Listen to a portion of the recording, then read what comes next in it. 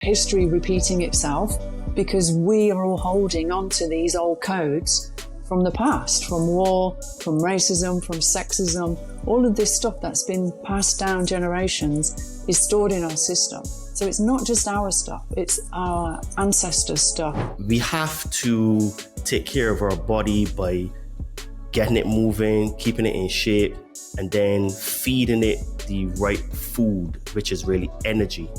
And if you look at everything in terms of energy, if you're giving your body the right high level amounts of energy, then you're going to be able to perform at a better rate. So basically, your higher consciousness works with me to show you a memory from the past. You may get a visual, you just may get a memory that comes to you that may be what's traumatic. They locked down the entire planet. It wasn't 5 years ago. It didn't matter if you're black, white, Indian, Chinese, albino, mixed race, no arms, one leg, or no arms, right? So you've said that healing ourselves can end global issues like war, racism, and poverty. So how does that work in practical terms? If you are new to this podcast, please don't forget to like, subscribe, and to share, because that helps us to be recommended in the algorithms. If you would like to support this podcast, please check out our merch store on Amazon with the brand Todd and Me. We've got some cool t-shirts, tank tops, hoodies, and sweaters. Link will be in the description of this podcast. And if you're now starting a spiritual journey, you would like to start a spiritual journey, or you're currently on a spiritual journey and you would like some help removing some fears and traumas, please hit me up on my Instagram at Adriano_246 and it will help you to get some magic mushrooms. Enjoy the show and stay tuned because we have some more great content coming soon. What if the root of your anxiety, your depression, even your health challenges wasn't yours to begin with? What if you're carrying the emotional weight of your ancestors and it's embedded deep in your DNA? Hello, beautiful and amazing people. Welcome to the Conscious Man 7 podcast. I am your host, Todd Cave, and today's guest has spent over 2 decades helping people unravel the invisible code running their lives. Her work is bold, empowering, and deeply transformational.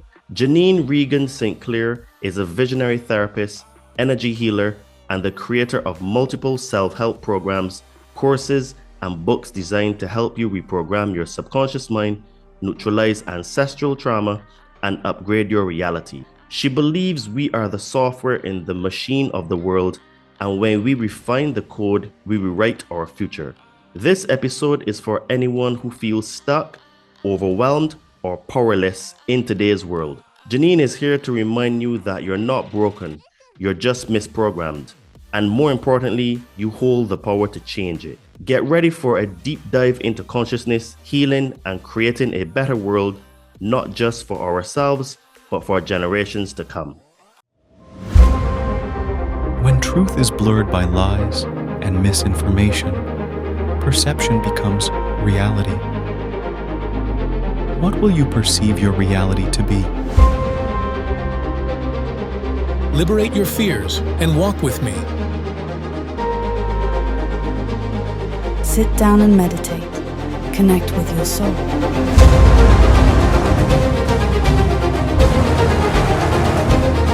Be a monster and then learn how to control it. You gotta be willing to do the work.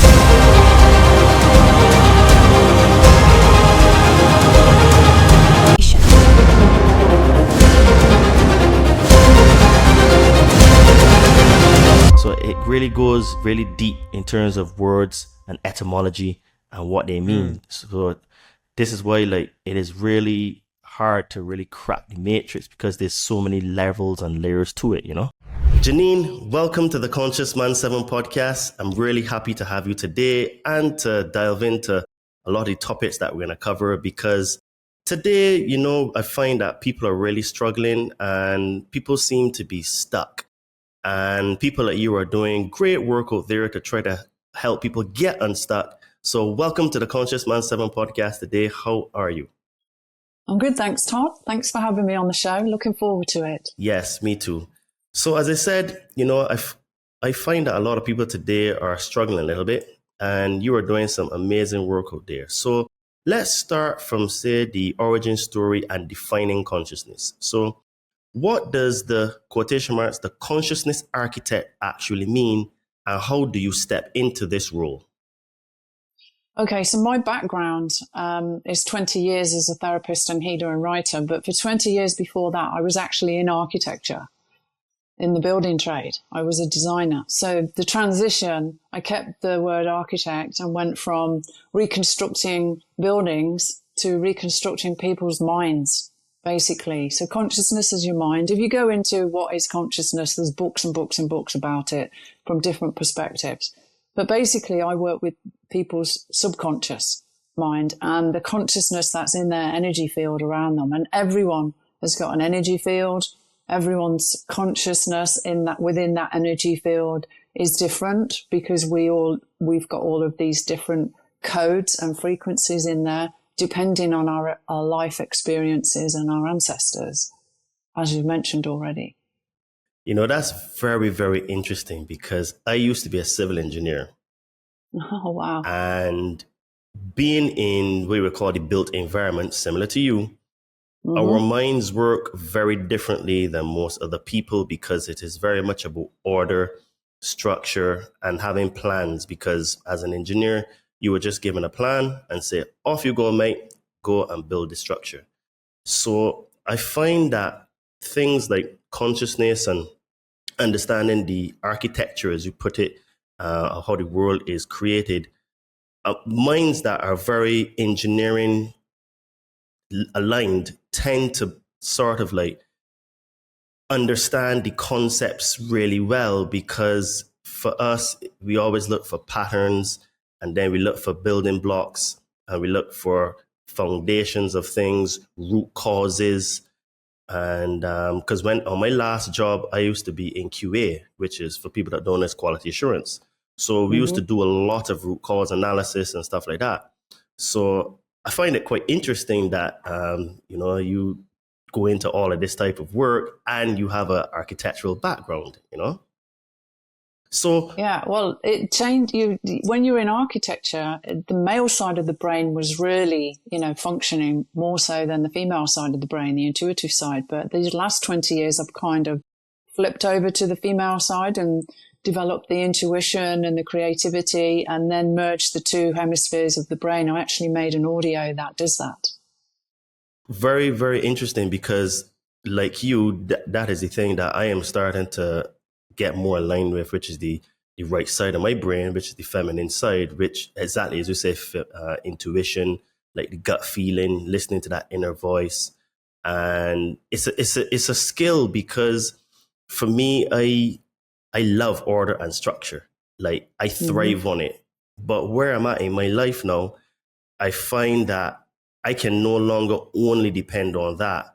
I have to have some sort of flexibility, and it's more than flexibility, but being able to go with the flow.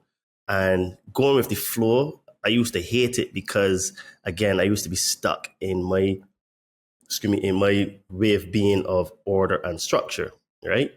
So I find that, and I know some girls that are completely about free spiritness. Tell them about having a routine, order, and structure absolutely terrifies them. So I find that for both types of people, the opposite is always the hardest. So for a person that likes structure, being free-flowy, as I call it, woolly, is terrifying. And then for people that are all free flow, to have a bit of structure, it's also terrifying. So it's quite cool to hear that you talk about merging the two together, because I guess you can speak from experience on using both sides of the brain, Yeah, absolutely. Well, you can actually merge the two hemispheres together on an energetic level and reset it to function as one unit. It takes practice, and it takes using the audio. I recommend using it 21 times it's for 21 days if that's what you want to do. But when you look at people, you can actually tell whether they're, left or right brain by looking at their eyes, because usually one eye is slightly bigger than the other. Very interesting. I didn't know that. And someone was telling me about this particular exercise to see which is your dominant eye. And I think it was, you you take your hands together, you make like a art, like a circle like that, and then you look you close your eye to see which one, like in the center, something like that. Someone said to me, and you can tell which eye is more dominant. So I don't know if that is linked, but I thought that was quite interesting as well, because it seems that we do have like a dominant side even in our eyes, and then also in what part of the brain we use, you know? Yeah, we do. So what was the turning point that led you to dedicate your life to healing and raising consciousness? Well, when I was 36, I lost my dad, and I was just completely traumatized by it.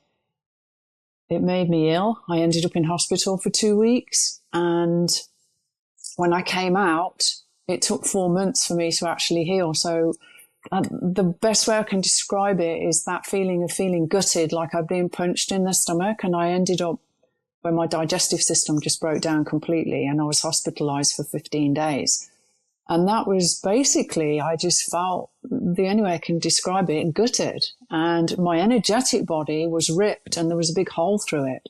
So that's what was causing the problems in my system. But the medical industry were not picking up on that. They were just trying to pump me full of antibiotics because I had what they called a stomach infection, and I had colitis as well at the time. So it was all energetically based. The steroids helped at the time, but it didn't completely fix the problem. And it wasn't until a few months into it that I went for some energy healing with a friend of mine, and that was the turning point. I was like, wow, how much better I felt after that. And I decided I needed to learn this. It was like a light bulb moment. So I threw myself into it. I moved from the building industry I took 2 years out to study myself, read a lot of books and went on courses. And it went from there. Then I went back to night school and trained with hypnotherapy and counseling of NLP. That's neuro-linguistic programming. And so I've basically got a lot of tools in my tool bag and developed my own healing system called Crystal Key Healing.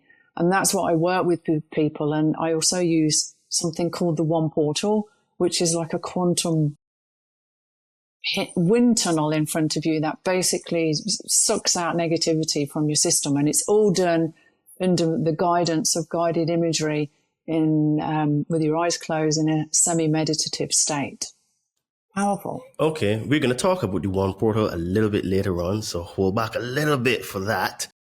But, you know, because my brain is an engineering brain, and I was trained to think in the root cause. I find that the medical industry today don't think in the root causes, and they only tend to think in the symptom. And I think it's accidentally on purpose that most people in the medical industry don't get that concept, where we're looking to actually treat what is really the root cause of the sickness and the dis-ease, you know. And from my short time walking this path, it leads me back to the same thing, which is energy. And every single thing seems to be energy. And I always say all the time that Nikola Tesla said that when humanity thinks along the lines of energy, frequency, and vibration, he will unlock the keys to the universe. And I add at the end of that, and the key to himself, right? Because we are energy beings, we're energetic. So when we start to think in terms of energy, then we would really master ourselves. But I guess because energy is nothing that can be seen, it is very much pushed to the side and not really thought about. It's like an afterthought, because at the end of the day, we can't see it. So quotation marks, it doesn't exist, you know? So you often say we're the software in the machine. What does that metaphor reveal about our true power? Okay, so when you talk about energy, that energy is actually like light codes. I call them pixels. So I talk about cubes of consciousness, and within those cubes of consciousness, every experience, if you imagine thousands and thousands and thousands of Rubik's cubes, but they're transparent and they've got colors of the rainbow in and like slides, and each one of those is an experience we've had in our life. They're stored as two-dimensional images, and put together to create three-dimensional images when we need them through meditation, through dreams and things like that. So those are memories of everything we've ever experienced, and they're in our energy field, they're in our DNA, and they're also actually, a lot of the karmic stuff is in the planets around us, which is a part of our higher energy field. So when there's a planetary alignment, we get downloads that give us information, those codes for us to heal, and our ancestral stuff, all of it is connected. So we've not just got our own previous lives. There's no such thing as past lives. Everything is happening in this moment, as you're probably aware, Todd. All of those memories are what create the software in the machine of our reality. So basically what's in our consciousness, what's in our subconsciousness, what's in our cell memory is projecting our reality. So anything negative is going to project negative. So you've got a lot of anger in your system, for example. You're probably going to be bumping into angry people, or you've got an angry partner or an angry boss or something like that. The universe is going to show it to you because it's in your system. And that's what's going on in the world at the moment. A lot of history repeating itself because we are all holding on to these old codes from the past, from war, from racism, from sexism. All of this stuff that's been passed down generations is stored in our system. So it's not just our stuff, it's our ancestors' stuff as well, plus all of our other lifetimes that we've had. And we've had a lot of lifetimes. It is almost like where we're at now is a massive, massive culmination of all the things you spoke about. And from my side, the only thing that I think can really save us is forgiveness. And forgiveness has been one of the themes that I've touched on a lot this year, because I'm starting to see it even in my own self, where I have to forgive myself for things that I did to myself and to others. And it is the only way that you can actually get freedom. You can liberate yourself from that energy, so that even if you think about that thing randomly, or someone talks about it, or you see the person, etc., you don't get that connection, that emotional baggage that you had, that was holding you back. The only way to get rid of it is really forgiveness, So how does ancestral trauma become encoded in our cell memory, and how does it show up in daily life? Well, it shows up as a projection of your consciousness. So what that means is the world around you is like a mirror. So if you've got trauma in your system, you're probably going to be connecting with other people that have got trauma. You may be hypersensitive to what's going on around you. Like attracts like. So if as I've said, I always use anger as a good kind of example. If you've got a lot of anger in your system, you're going to be meeting angry people. You're probably going to be, suffering people with road rage and things like that, because it comes out. It's like negativity in the system attracts more negativity, and it's a downward spiral. So you were talking about unforgiveness. Well, that's stored in your heart, and your heart is the epicenter of your whole energy field, your toroidal field around you, and it contains everything in there from love to fear, all of the different levels of the spectrum. I'm currently setting up a ultimate heart makeover. Starts on the 25th of May. It's a 9-week course and is focused on healing the heart. So it's healing heart in this life, in previous lives, ancestral stuff that's been inherited, that's in the heart, because the heart is the core of your being, and it's so important that we take care of it. If you think about it, one of the biggest killers, particularly in men, is heart attacks. Why? Because they go through their lives being told, you're a big boy, don't cry, man up, and they don't deal with their emotions. They store it, and it gets compacted until the heart, on an energetic level, just starts to seriously affect the physical heart, and that's when it gets shut down.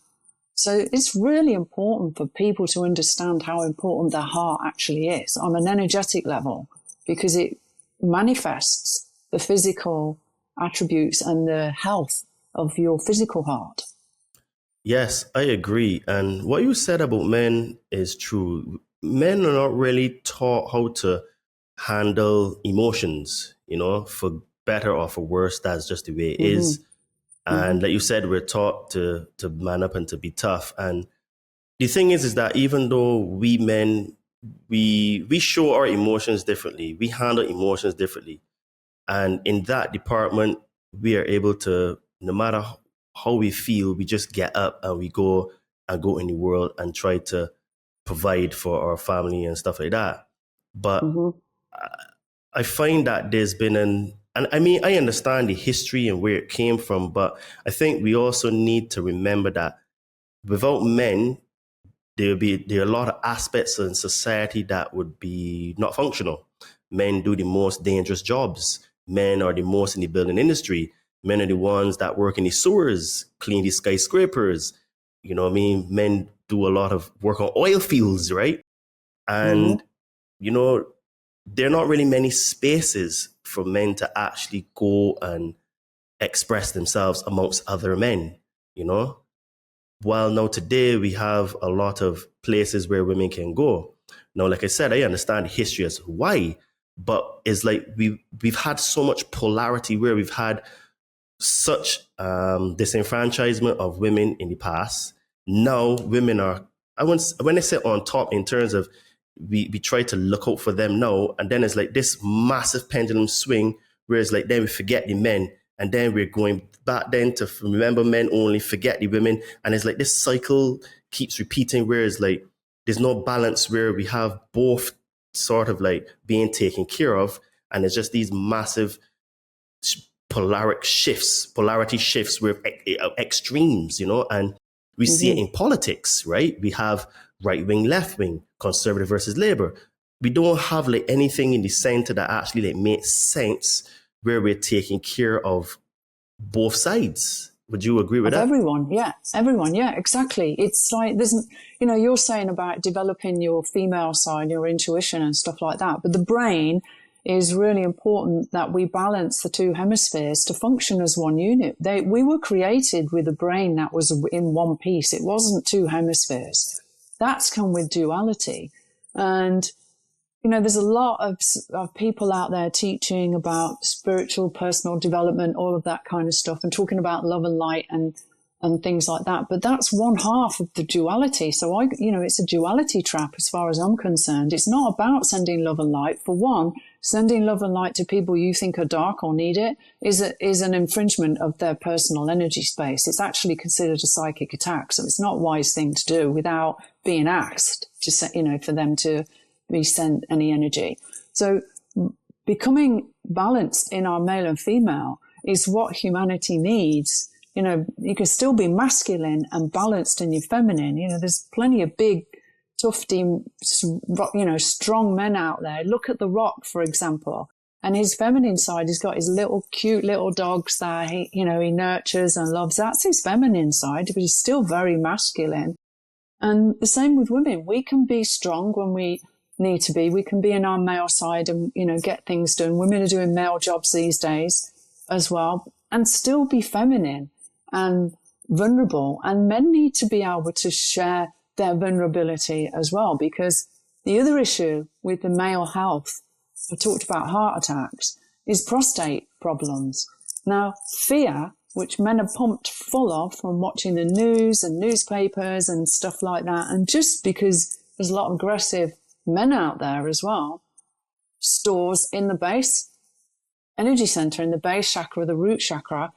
I think a lot of this accumulation is what causes things like prostate cancer in men. It's part of it anyway. It feeds the cell that has got distorted within there. I mean, there's also parasites and metal toxins that need to be taken into account, but they store this negativity in their system. And like you said, they're just meant to get on with it, get up and, go and provide and protect and do that. But their health is suffering as a result. I mean, it is in women as well. And it's like I said, with women, they tend to get breast cancer because they're not dealing with grief or anxiety or whatever they're holding in their hearts as well, can affect on that level. And it feeds. And one cell goes rogue in the body and the tumor starts to grow around it to protect it. But the negative energy of the pain the heartache, the grief, that unforgiveness, whatever keeps feeding that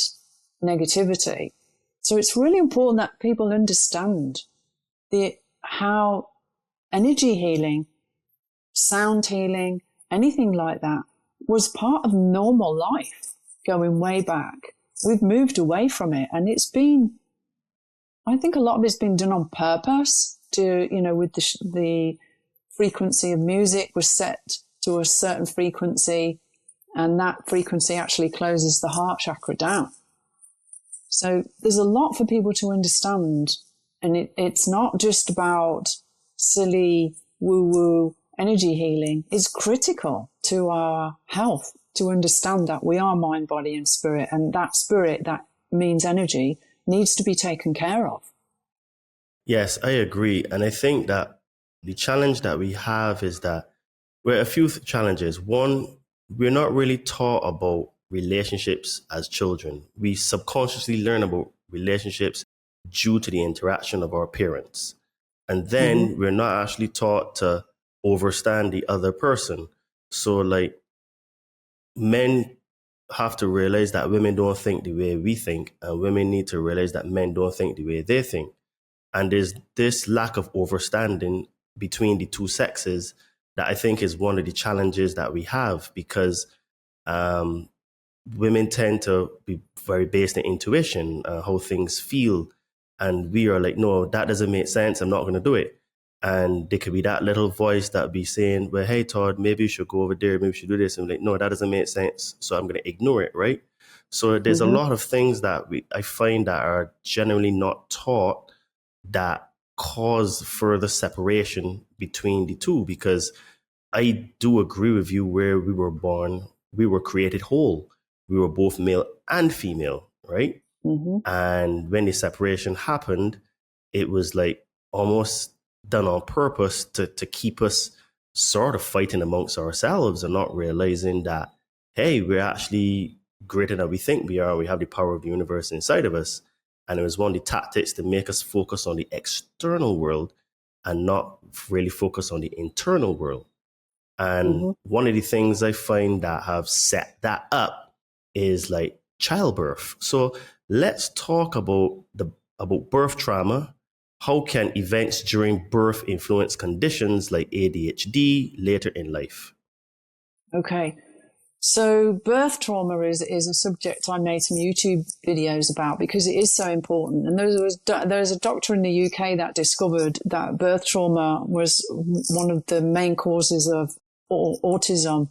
And it's because women, we were created to give birth squatting or on all fours. So, so gravity is helping push the baby down the birth canal. But when we're lying on our back, the baby's struggling to go sideways. So the mother's got to work harder with the contractions to try and push the baby out. Plus, what's happening when the baby is born in the vertical, so, with mother squatting, is the internal walls of the vagina are actually rubbing the body of the baby as it comes down through the birth canal. And when the baby comes out, that affects the central nervous system. So if that's not happening the way it should be, their central nervous system has been affected, and it's been affected for life until somebody comes in and helps reset that and removes the trauma. That, the births are taking longer because the baby's going sideways.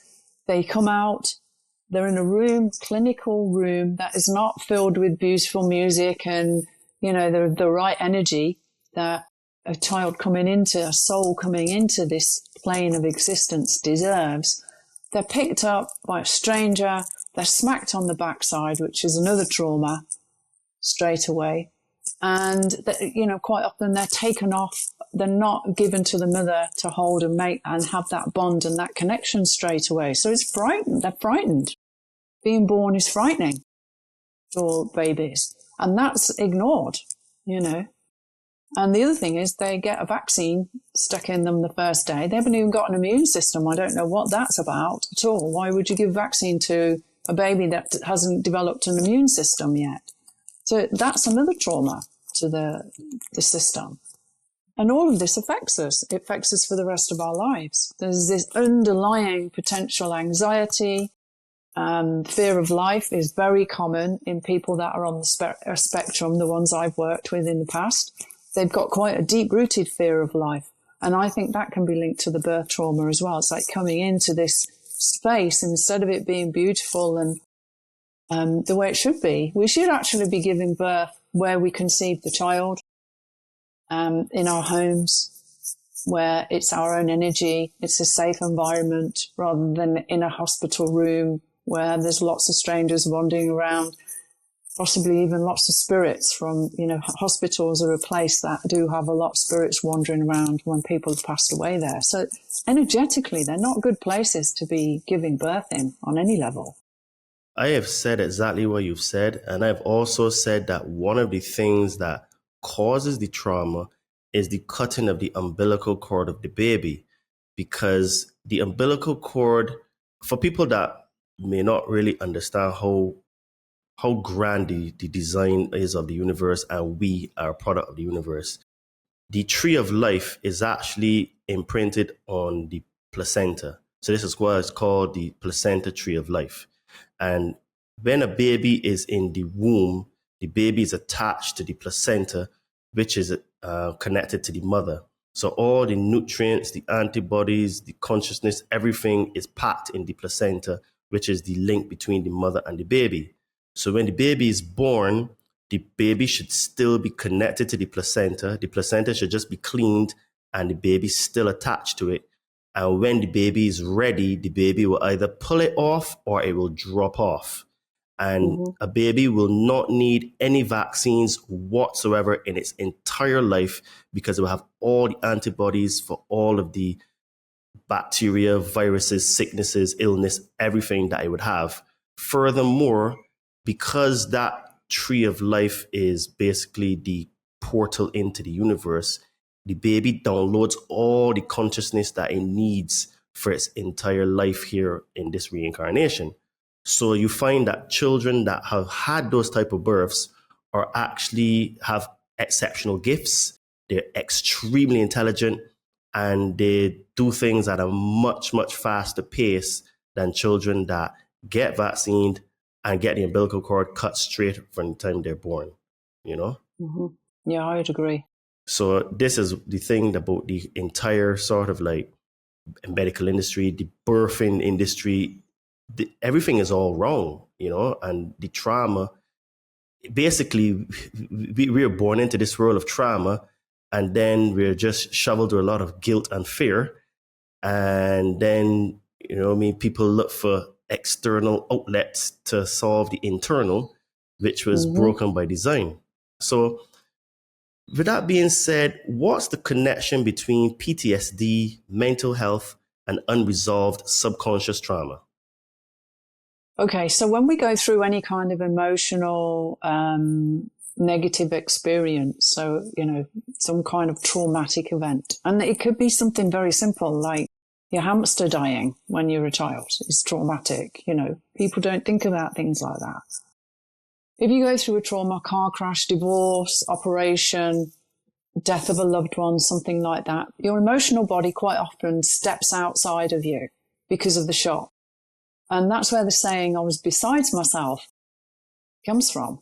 It's literally your energetic body is jumped out because of the shock. So you go into a state of numbness, and most of the adults out there, I'm sure, have felt that numb state when, you've lost, something's happened and you're going through the motion, but it's like you're there, but you're not really there. There's a piece of you missing, and that's that energetic body. So I created an audio called Soul Fragment Realignment to bring up to 3 pieces of those soul fragments back into the body, to bring them back into balance first. They've got to be healed first and then brought back into the body. So when that's going on, the most common thing people with PTSD will say, or complex PTSD, which is multiple traumatic events that those memories are stored in the cell memory, is that they feel they've never felt the same since, or they feel like there's a piece of them missing. That's the most common saying. And I say to them, there is a piece of you missing, and that's the emotional body that was shocked out of your system. So that needs to be brought back in. Generally, that would be done after healing the memories that I talked about earlier that are stored in the cell memory. So, people that have may be frightened of dogs, for example, in this life, and have never been bitten by a dog or anything like that, but they may have been bitten by a dog or killed by a dog in a previous life, their cell memory remembers that dogs are dangerous and they can kill you.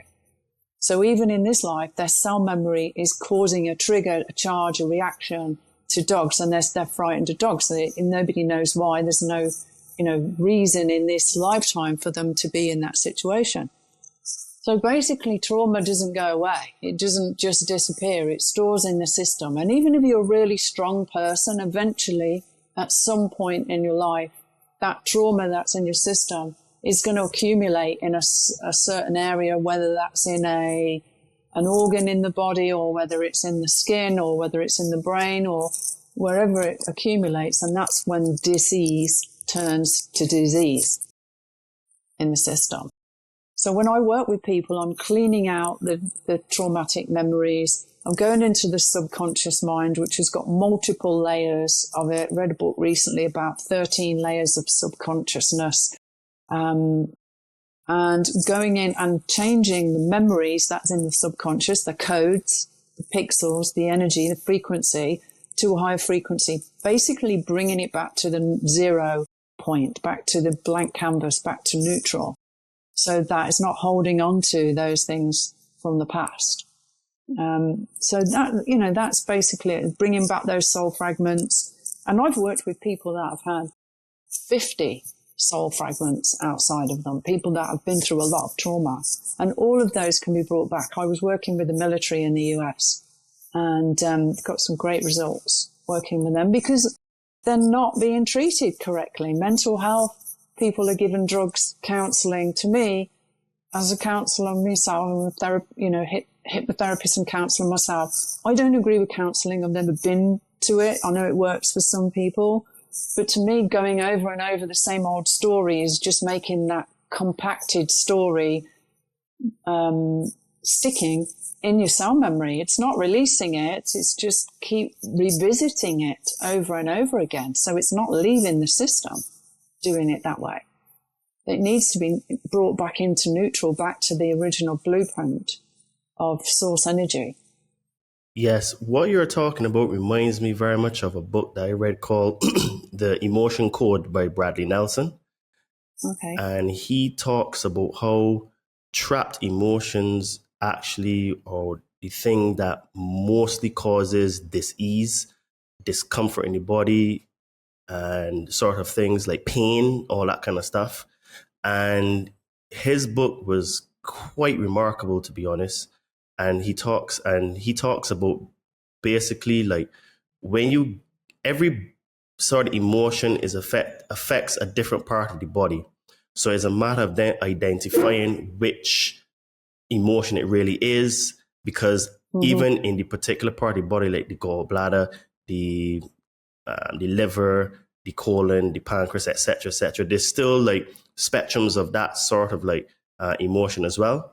And then he talks about using an intention, and then also it's almost like a prayer that he talks about doing, aligned with this machine. Not really a machine, it's like a tool, an apparatus tool that if he's in person, he can rub it on top of the person's body to bring out the emotion. And this has even worked on animals. Like I remember in that book, there was this horse that constantly used to urinate all the time, constantly. And it's mad because when he was able to communicate with the horse, like when he sat down, like it can sound weird, but kind of like telepathically communicated with the horse. And he figured out that the horse felt like abandonment, and he felt like he wasn't good enough. And it was a race horse as well. So it sort of like retired the horse. And after like a couple of sessions, the horse was back to new, feeling lively. Like the owner said that when they would see the horse would generally be much higher spirited. It stopped all the urination because they used to have to clean the pen every single day, all the time. It would just be soaked. Barry Nelson in his book talks about doing it with dogs and cats and everything. So my point is that energy seems to be literally the root of our entire existence, and it causes mental health, unresolved trauma, dis-ease, sort of like conditions like in the case of the horse, heavy urination, all these kind of stuff. And, you know, it's like these kind of things are, I guess now we're having the conversations, but I would say probably about 8 years ago, it was still very much considered woo-woo and very out there, very much sort of like, that girl, that lady Janine, she's all right, but she talks a lot of weird stuff. Like, maybe I give her a pass, right? But now we're starting to realize that, hold on a minute, like these things could actually work. And I think it's because people are getting to the point of, I would say, just frustration that nothing seems to be working in their lives. And it's this never-ending cycle, you know? So can healing tools actually neutralize issues like mold poisoning or trauma-induced illnesses? Oh, absolutely. They're two areas that, you know, I've been taking mold out of people's body, using the one portal that, you know, we mentioned earlier, and with great results. Somebody that was really seriously ill with it had 12 short sessions with me, and we got all of the mold out of their body.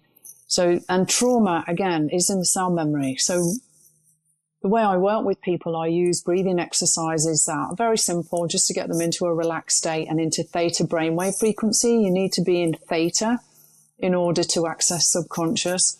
And basically it's like working with, you know, they're plugged into the source through a guided meditation. And basically it's just like a huge quantum vacuum cleaner that is pulling this stuff out of the system, working with your higher consciousness. I'm just facilitating it.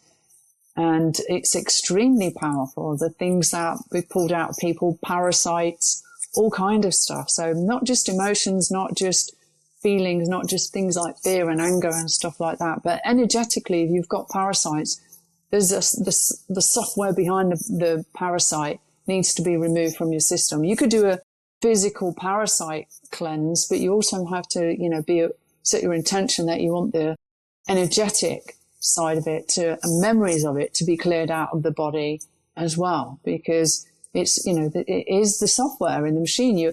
We're a bit like computers in that respect. If you want to change what's on the screen of your computer, you don't get felt tip pen and write on the screen. You've got to go into the software and delete the program. You've got to go into the software and delete it. It goes into the recycle bin. You empty your recycle bin and it goes into, there's always a copy of it on the main server. But working with me, I go into the main server. So it's completely removed from your mind, body and spirit on the whole level of consciousness. So when you say mold poisoning, that you've removed it, is it physical mold or this is energetic mold? So that well, behind physical mold is energetic mold. But if you tune into the body through guided meditation, you've gone into the software, and that's the energetic mold. You keep pulling that out, and the physical mold starts to get smaller and smaller and smaller within the body because there's no energy keeping it alive in there. So it starts to diminish. It's the same thing with things like tumors and stuff like that. If you go in and keep taking out the root cause of it, the body is a natural healing machine. Eventually that tumor will shrink because it hasn't got any negative energy feeding it any longer, and it will shrink and it will be released from the system. Usually there's a parasite in the middle that needs to be taken out as well, with something like zeolite is supposed to be brilliant for doing things like taking parasites out of the body. So we need to work on the physical and the energetic levels to clear it. And where would you see the physical mold sort of coming out of the body? Well, when I work with people, they can usually see it and feel it themselves. So they'll either feel sensations coming out of the body. Some people, if their third eye is already open, they can actually see black energy coming out of their body and going into the portal. It being replaced with, you know, the source energy, that higher frequency. So it depends on the person, really. Usually I would say 9 out of 10 people that work with me, once I've guided them into that relaxed state of consciousness, if their third eye is open, they can actually see the energy moving, and they can see the root cause, and I'll guide them in. What's the root cause of this? And I worked with somebody a long time ago, had a serious illness. And they told me that they knew the root cause. It happened when they were 6 years old. And when I was working with them, I said, it wasn't when you were 6, it was when you were 4, something happened. So it went even further back. So I go back to the very first problem, and then just before that, and every memory from there is turned back to 0 point field using the portal. Okay, so now we're going to talk about conscious creation and energy work. So what is the One Portal, and how does it help people heal at a soul level? Okay, so the One Portal is basically, like I've said, it's like a big quantum wind tunnel that I've got the key to open, the codes to open. If you really want to go into what it is, there's a document that was released by the CIA in 1983 called the Gateway Process, the Gateway Project. I don't know if you've heard of it, Todd. Have you? I've heard of it, but I've not delved into it. And okay. The CIA have done some very interesting work on consciousness that is just stacks and stacks of papers. So I think people can have a field day reading up their documents. Okay, so that document is a free PDF online, and basically it's where the military, the army, studied astral projection, remote viewing, consciousness, reality. They wanted to find out, what it's all about, and they discovered that the central void, the core of creation, was like a womb, an empty space with plus and minus field in it that came together and created what they refer to as the Big Bang in a lot of places. It was actually more of an expansion, and that's where life, came from. It came from that expansion. But the portal itself, the center of creation, is actually a black and white hole, and it's not flat, it's a sphere. So it's a black and white hole at the center of creation. And that's what I'm working with. I've got the key to be able to open that portal. So I'm connecting people to the light coming in, and then opening the portal. It's like a toroidal field or a loop. So it's energy out, energy in to replace it. It's changing the frequency of it using that portal. So it's quite, it's quite an amazing thing to be able to work with. And I've been working with it for about 4 years now. That specific portal anyway.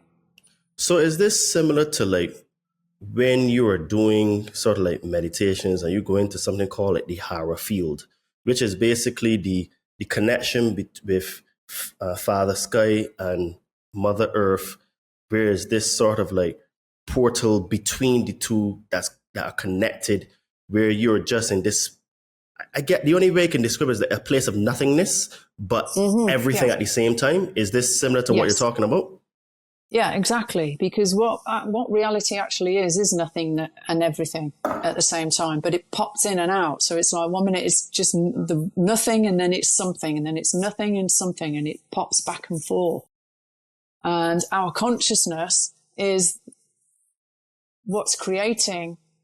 So this is why the systems at the moment are set up to keep us in low frequency. Distraction, poor quality food, alcohol, cigarettes, toxicity, pornography, all of these things are lowering the frequency, bringing in lower entities into the system that if people are clairvoyant, they can look like parasites and snakes and stuff like that. And we hear, we hear the word serpents and snakes to describe negative entities in the Bible and things like that, So all of these different frequencies are what makes us healthy and happy.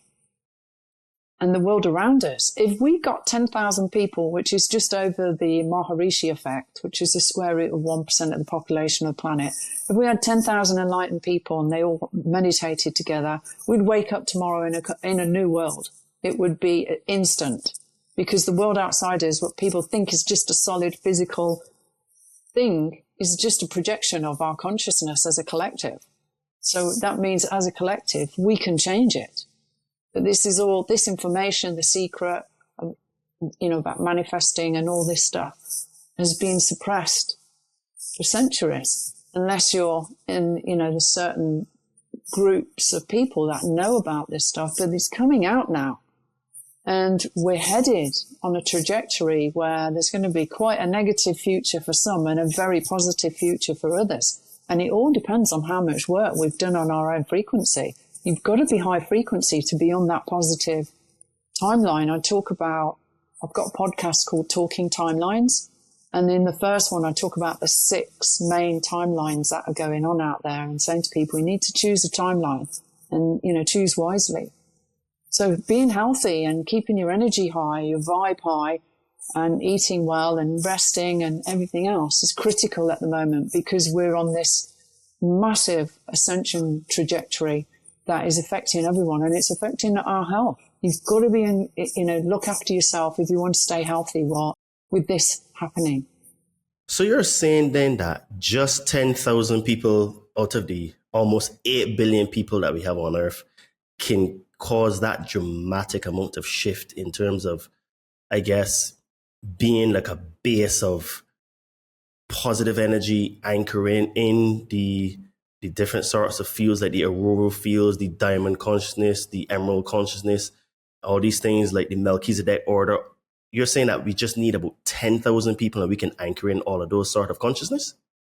Yeah, we can make massive changes. As long as those 10,000 people are a high frequency, they've done the work on themselves. Okay. Because they counterbalance the millions and the billions that haven't. So if you've got 10,000 fairly enlightened people, I'm not talking about fully enlightened, but very, enlightened, then that overrides millions and millions and millions and millions of other people. Very, very interesting. And, the thing is, what you're saying about, taking care of yourself is a theme that I talk about a lot, because as you said before, we're a mind, body, spirit. And I say complex at the end because it's a complex of all of them together. And we have to take care of our body by getting it moving, keeping it in shape, and then feeding it the right food, which is really energy. And if you look at everything in terms of energy, if you're giving your body the right high level amounts of energy, then you're going to be able to perform at a better rate, than if you're not. Then the thing is now is that when you do that, by default, you improve your mindset. So because getting into shape and eating right comes from where you have a shift in mindset where you're like, okay, regardless on how uncomfortable this makes me feel or how much I don't want to do it or feel like doing it, I'm going to do it anyway because I know the benefit is going to give me, is where the mindset shift comes to make it possible. So because the mind is pretty much behind all our actions, reactions, choices, and decisions.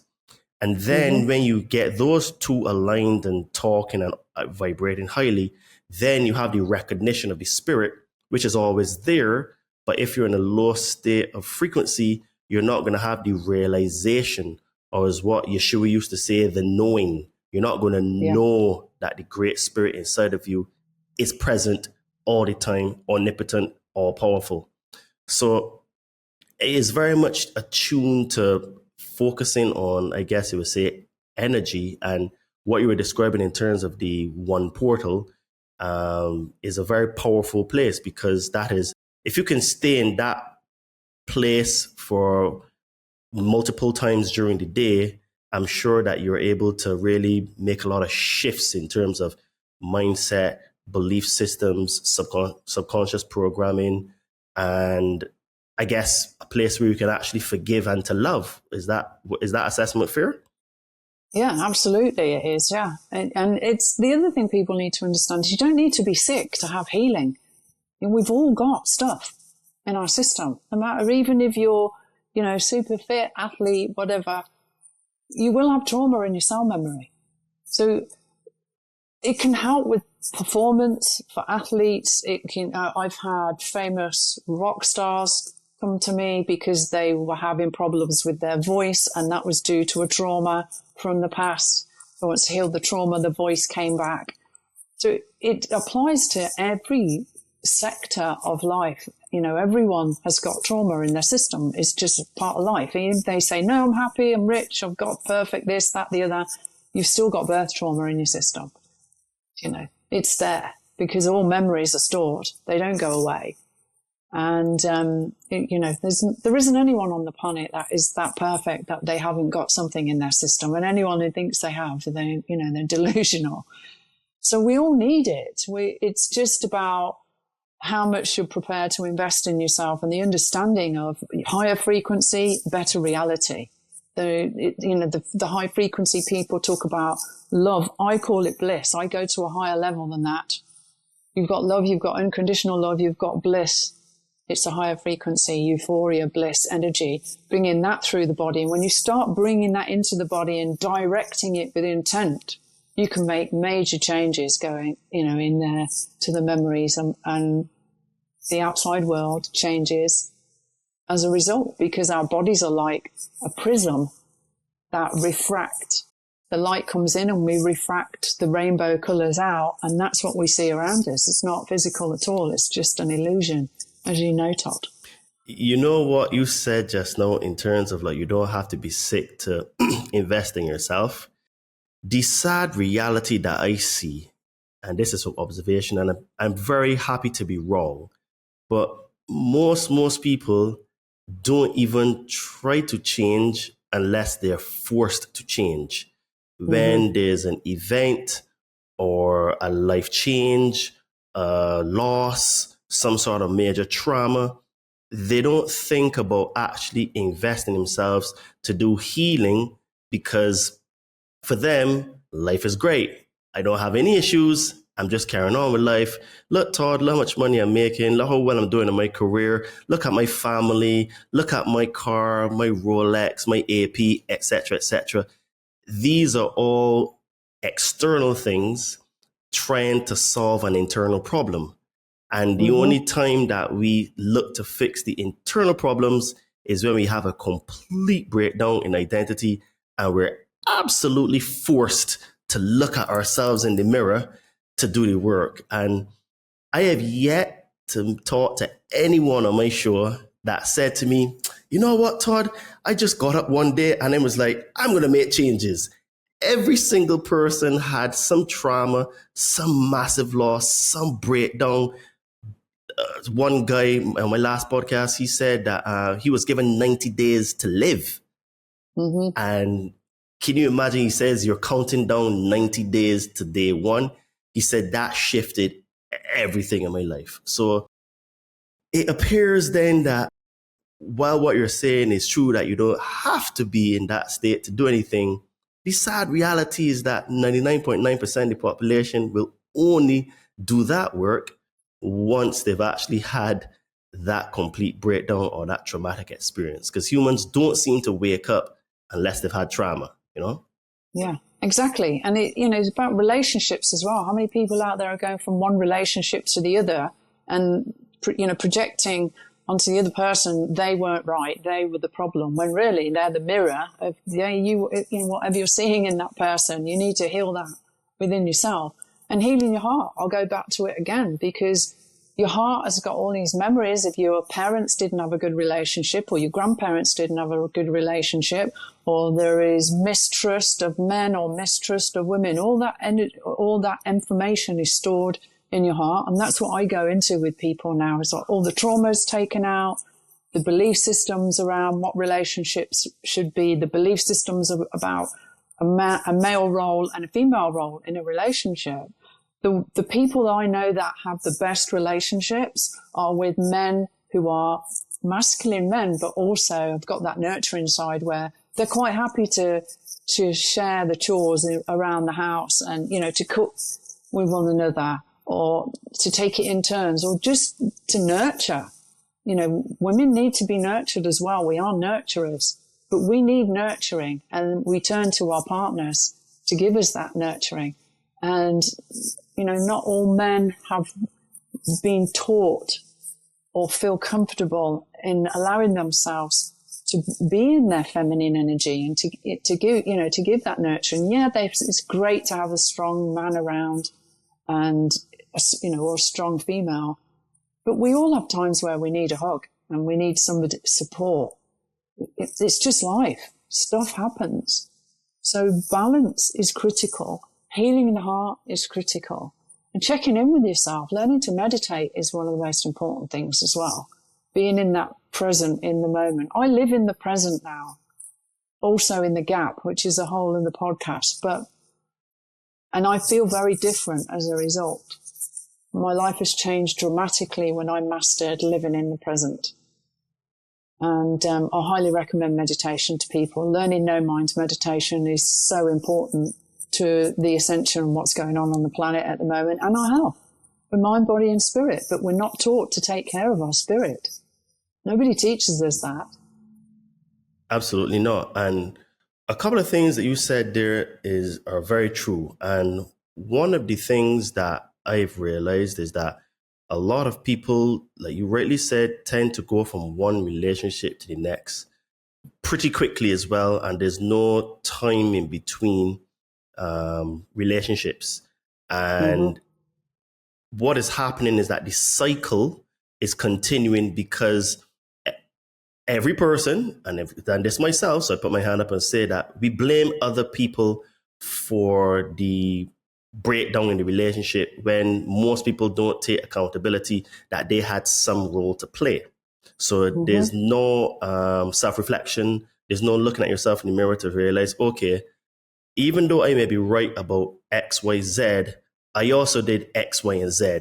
So that is a part where you need to take accountability and improve, right? So that doesn't occur at all for both sexes, and which is a shame because, we're not taught about relationships. Like I said earlier, we end up learning on the fly about relationships, mostly based on how we saw our parents interact with each other, and then what is portrayed in the media and the Disney and Hollywood and stuff, which is severely damaged. I would say damaged women more than men, but men have also been damaged by that. And in one of the ways that is damaged women, and then also as a consequence men, is that what a lot of women don't realize, or they will not admit, is that today our modern society heavily punishes men when they're actually vulnerable with women. Heavily punishes women to the point where when a man becomes vulnerable with a woman, I'm not talking about crying every day and complaining. I'm talking about when he's having a moment of vulnerability where he needs to let out.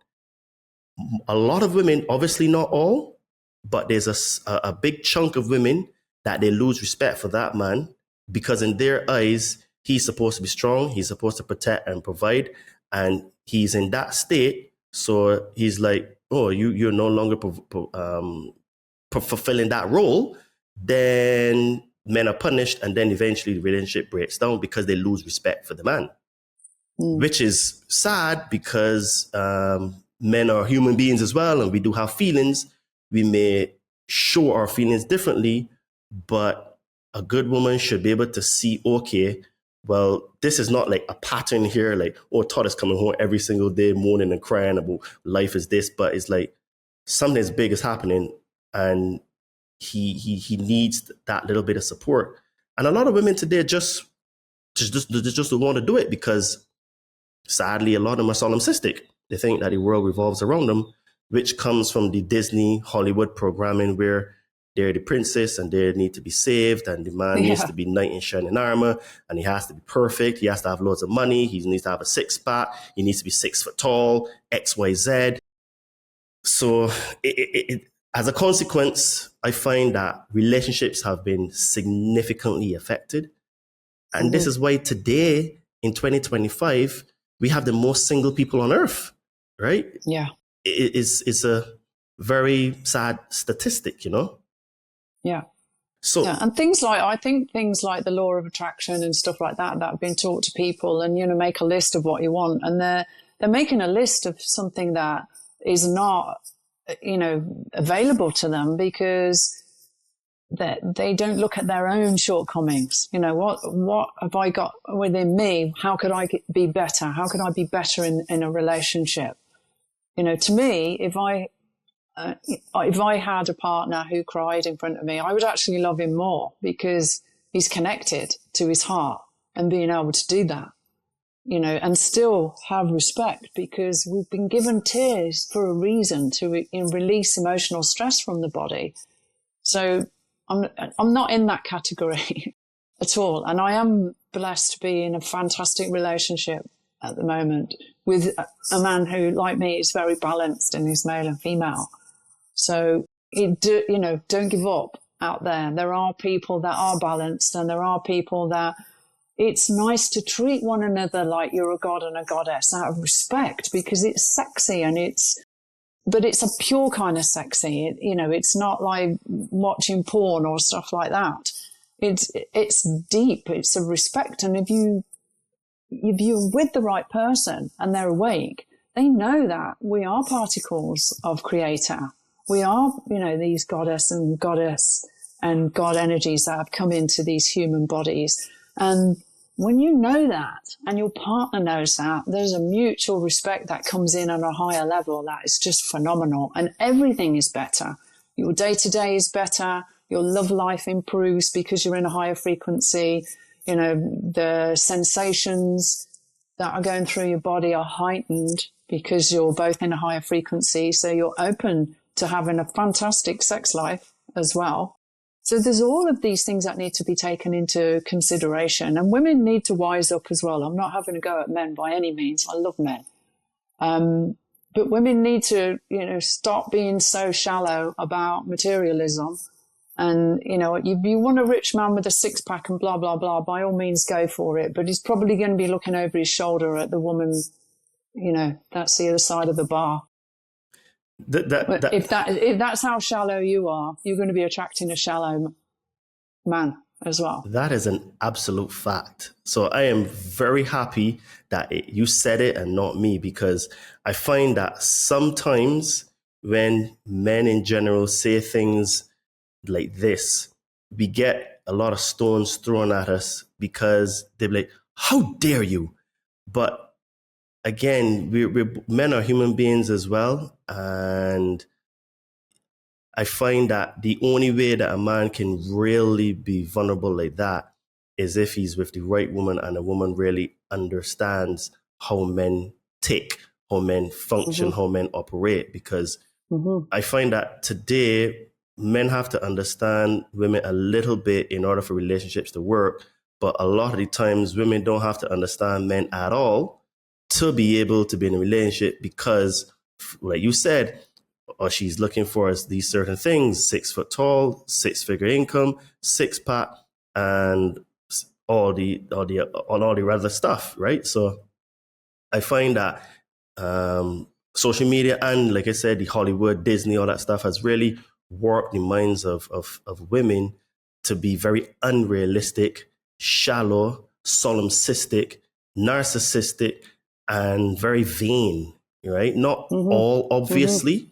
And I find that people have selective hearing, because you would say not all, but people still say, oh yeah, well, Todd said that all women like that. But sometimes no, not all. We're not talking about all, but there's a lot of it out there. And, men have got their problems as well. This is about both sexes we're talking here.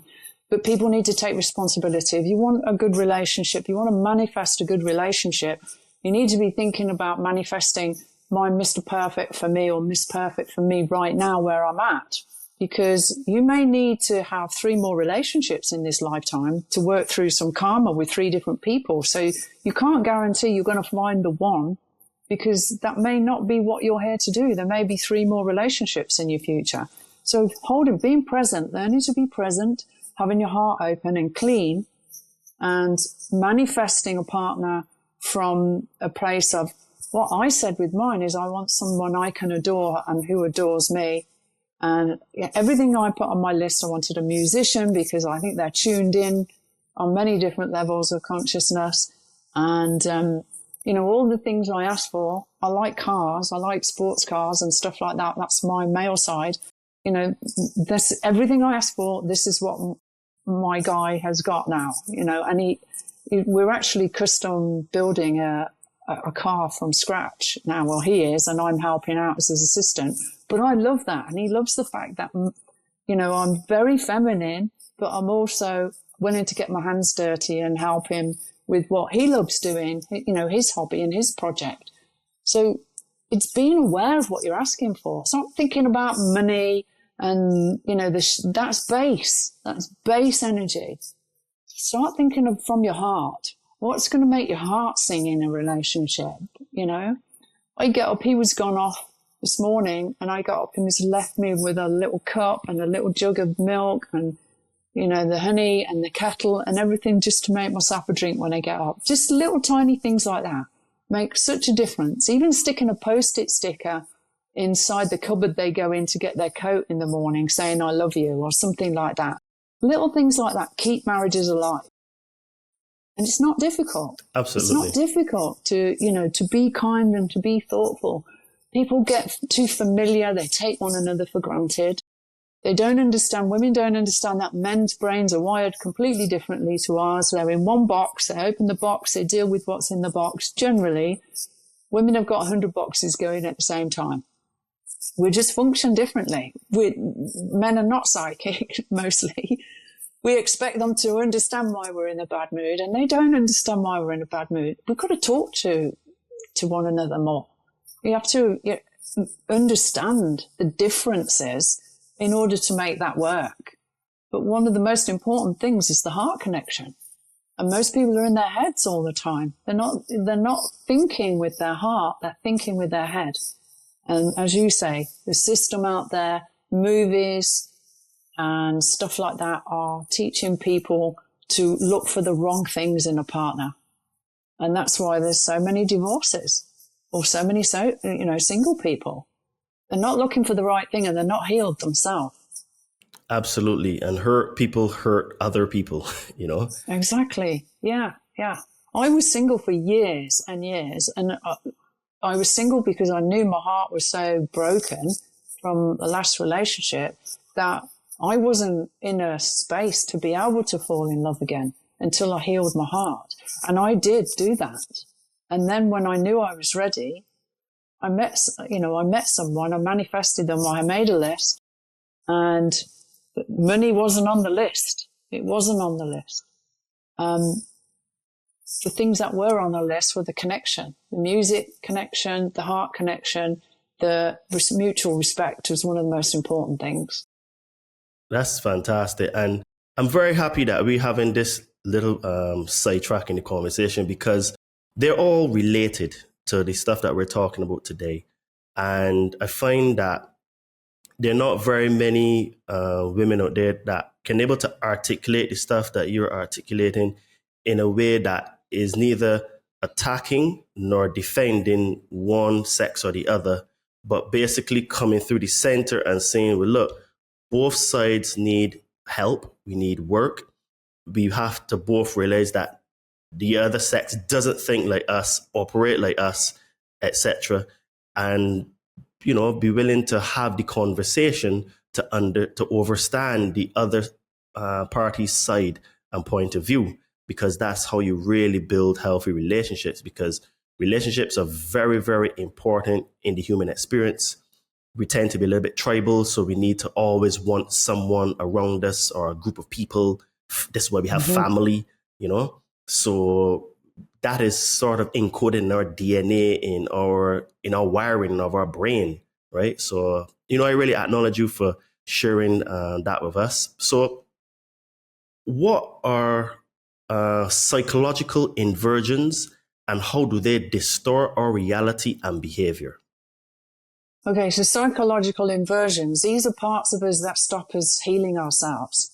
So, for example, I've come across people that, got some kind of health issue and they get a lot of attention because of it.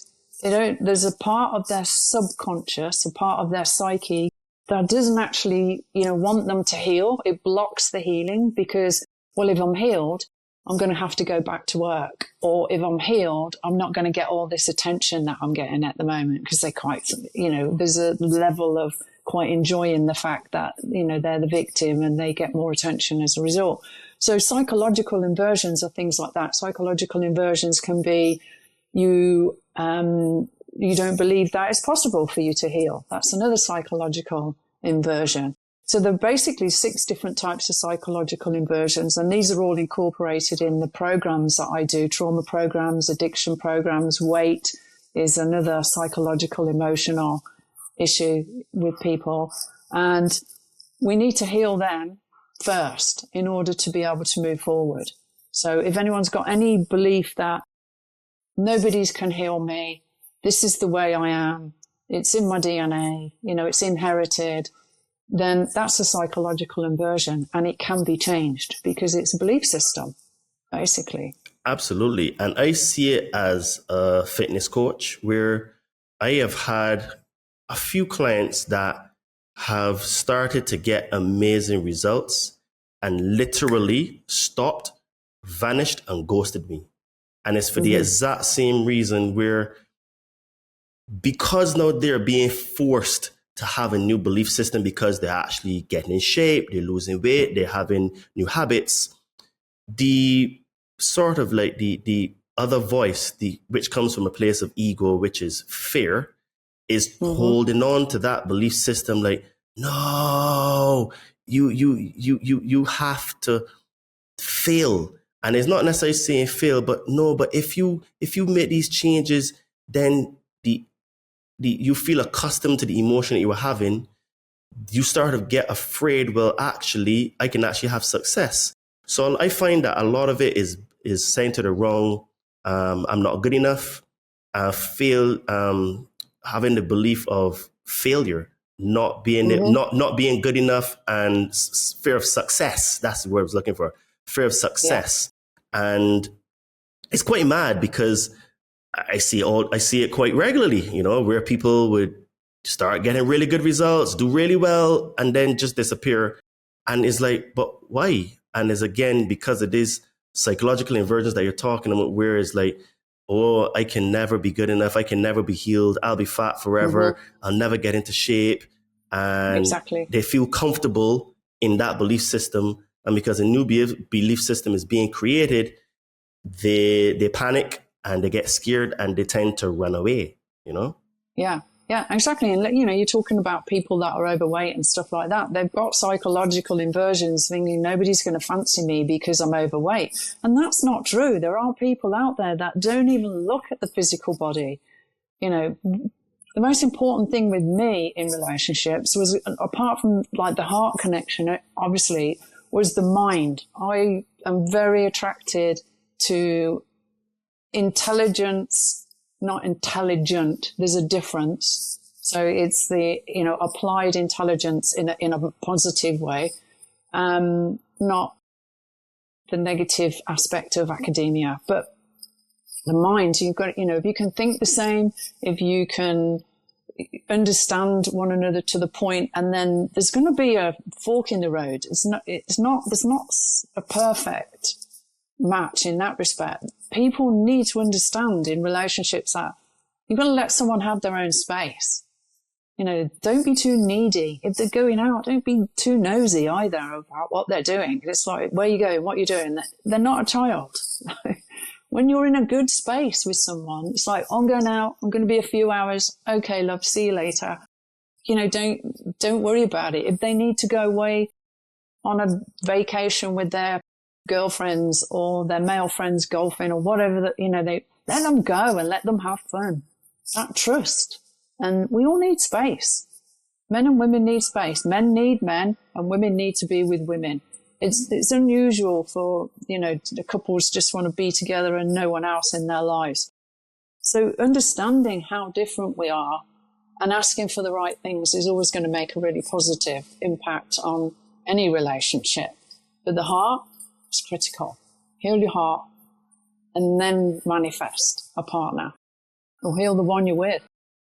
Absolutely. I've worked with couples before you know, and they can get out, or both of them are bringing in their parents and their aunts and uncles and what their peers have said to them about relationships. All that needs to be switched off and coming together on an agreement what you want this relationship to be, and manifest it in your relationship.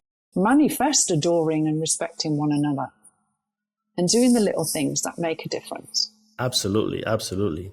So how does the law of projection influence our external world, especially in relationships and global events?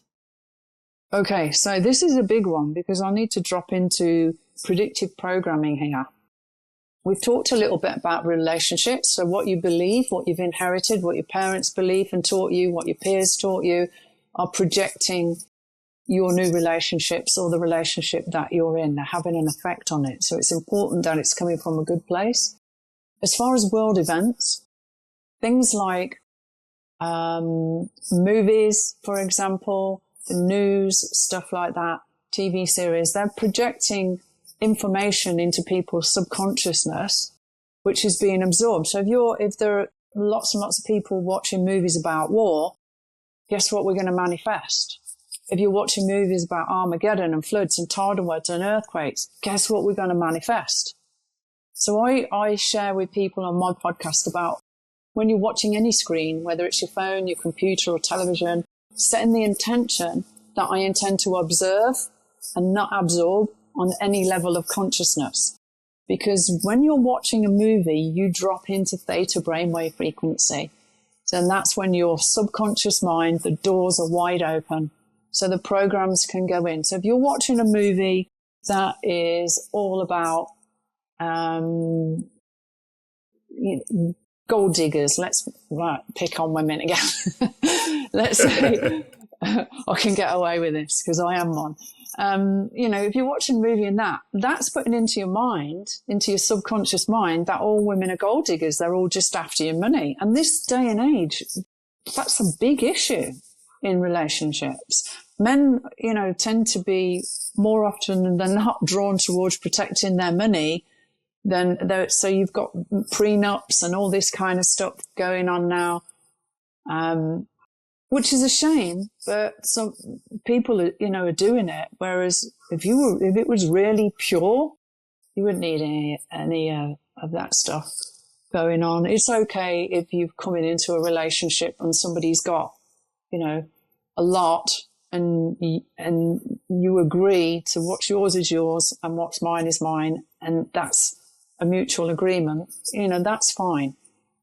But people need to be more aware of the materialism that's put onto relationships, because once you start doing that, you've come out of the heart energy. So you're manifesting based on money and base chakra, a partner, rather than based on love and mutual respect and understanding. So the predictive programming is subconscious and it creates world events as well. And you notice it, before COVID, there were lots and lots of movies out there about viruses and stuff like that. And it was all preparing people and using their minds to create a pandemic. It's predictive programming. So, what you said, because of that, I have taken an extreme view. Now, with what you've said, I think that I can use it if I wanted to watch movies or anything like that. But I don't watch movies. I don't watch series. I don't own a TV. I don't watch any form of entertainment simply because of the brainwashing, the predictive programming, and how it bypasses the cerebral frontal lobe to program us. So I take a hard line. Now, some people may say, Todd, that's very extreme. But to be honest, and to be fair to myself, I'm way too busy actually to be watching TV and all that kind of stuff. So it's mostly simply of not having time, because doing a podcast and being a coach as well are two full-time businesses and jobs. So for one, it's just time.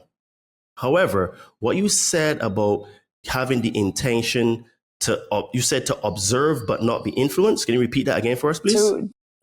So I intend to observe and not absorb on any level of consciousness, past, present, and future.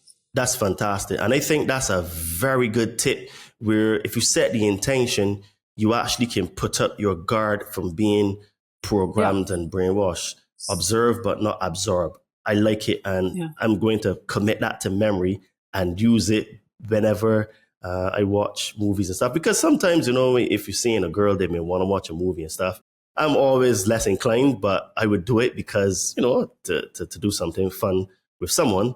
But when I'm on my own, hardly ever watch movies and stuff like that. Yeah, well, I've always liked movies, but I tend to look at the predictive programming that's in them, and I run a Patreon group where we get together in meditation and open the portal, and we take out things like predictive programming in that group for people.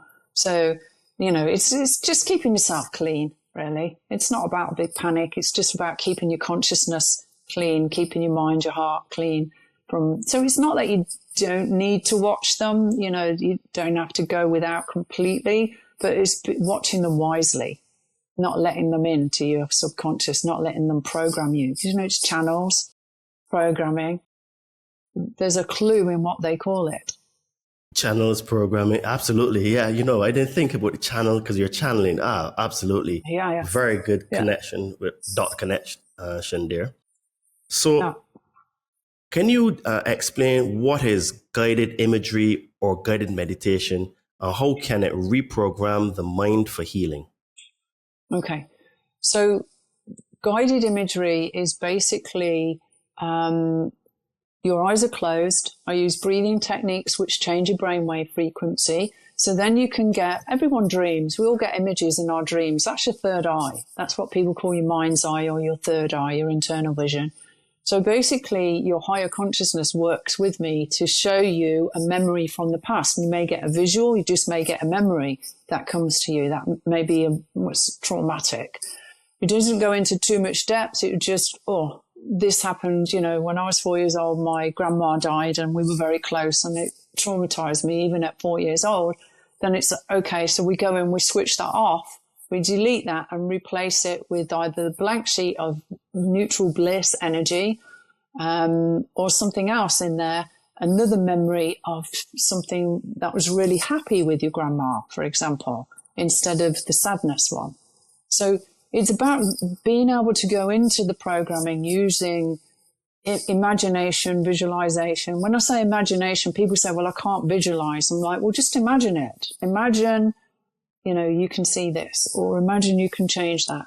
When I take people into the body, we could go, let's say the liver, which holds on to anger, or say, right, imagine there's a piece of paper with your liver on it, a drawing of it, and there's the black patches are the toxins, and you've got an eraser and rub those out and replace it with the, you know, nice bright golden color in there. So there's different ways of working with people to change the energy that's, you know, that's in their system, that's in their subconscious, that's in their cell memory, that's in their body, in their organs.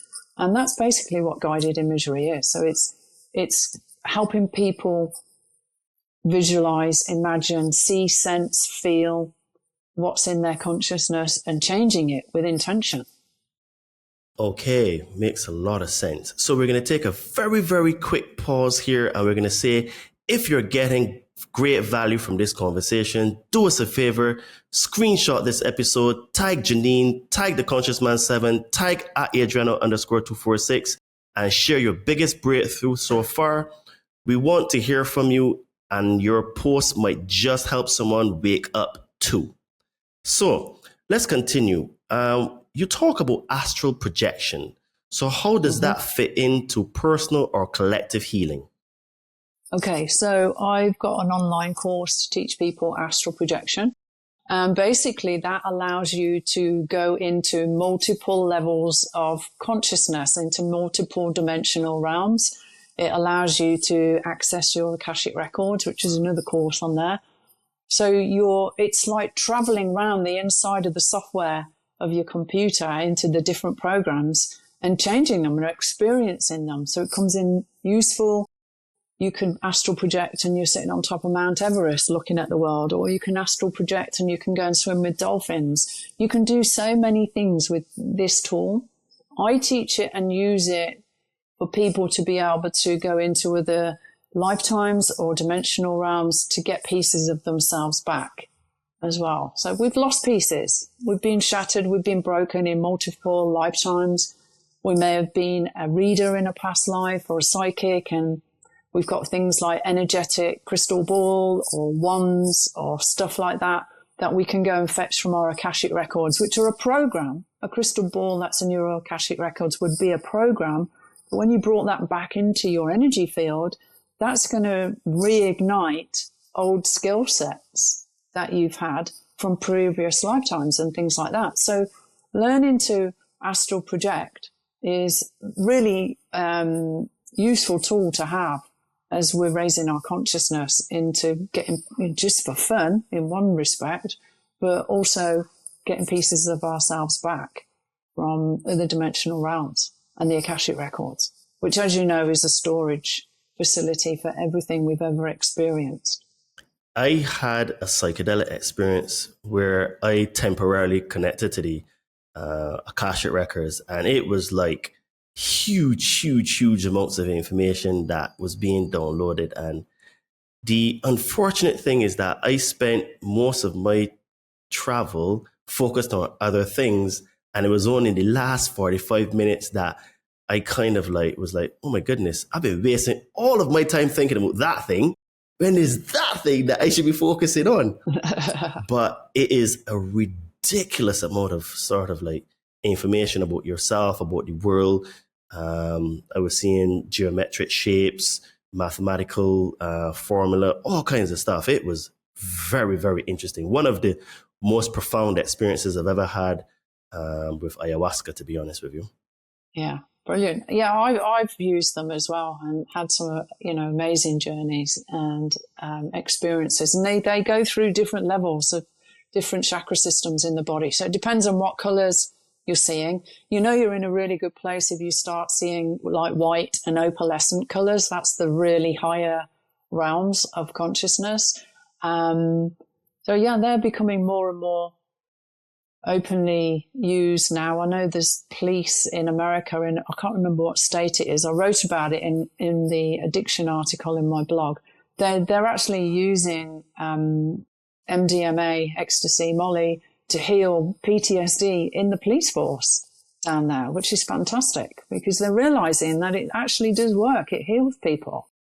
Wow, that is fantastic. And I have said on my show, and other people have said, that if our world leaders were to go and spend a few months in the jungle or just sitting with ayahuasca or any plant medicine for that matter, and just before they take office, I think the world would be a much different place, because it's kind of hard to spend extensive amounts of periods with the medicine and not have some change whatsoever.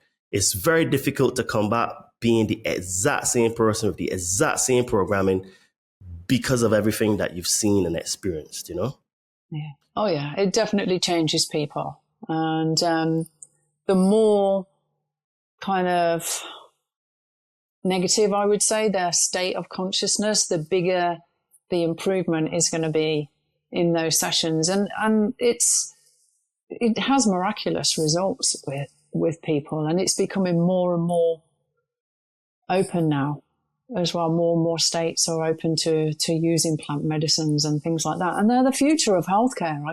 Plant medicines and sound are the future of healthcare for sure.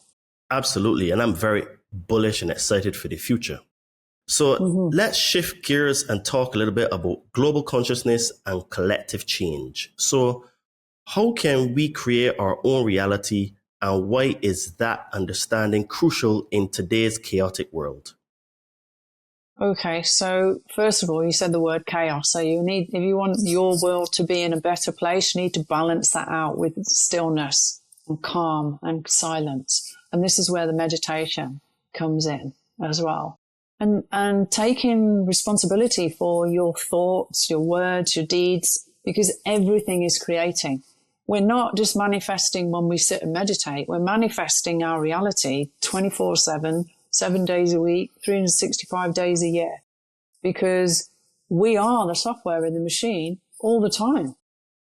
So when you understand that and take that on board, that's when you start to realize that you can stop yourself if you're having negative thoughts or judgmental thoughts about other people. Gossip is another really negative thing to get involved in.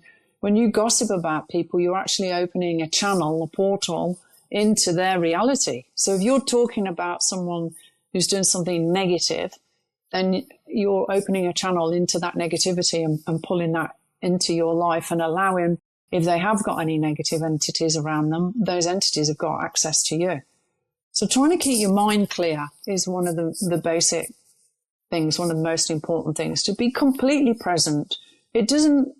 Women find it really hard to switch off their minds.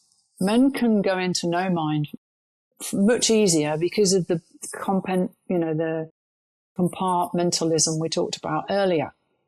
But women, you don't need to be completely blank. If you've ever meditated and you have a completely empty moment, it really is a gorgeous feeling. But as long as you're ignoring your thoughts, just let them pass through, and you're staying focused and in your heart center, you are actually in no mind. It doesn't have to be an empty space. As long as the thoughts are not taking you off into what you're thinking about, you're still present and still in this precise, 0 point moment, then you're doing it. So that's another thing. I was reading, I forget the book now, it was a Greg Braden book. And he said there were 113 different types of meditation, and the 113th was called the female meditation for that reason, because we can't just switch off 100 compartments. We have to learn to ignore the 100 compartments.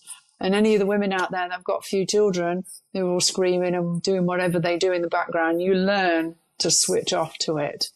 So you can ignore the noise that the kids are making. It's the same thing in meditation. Just ignore the thoughts.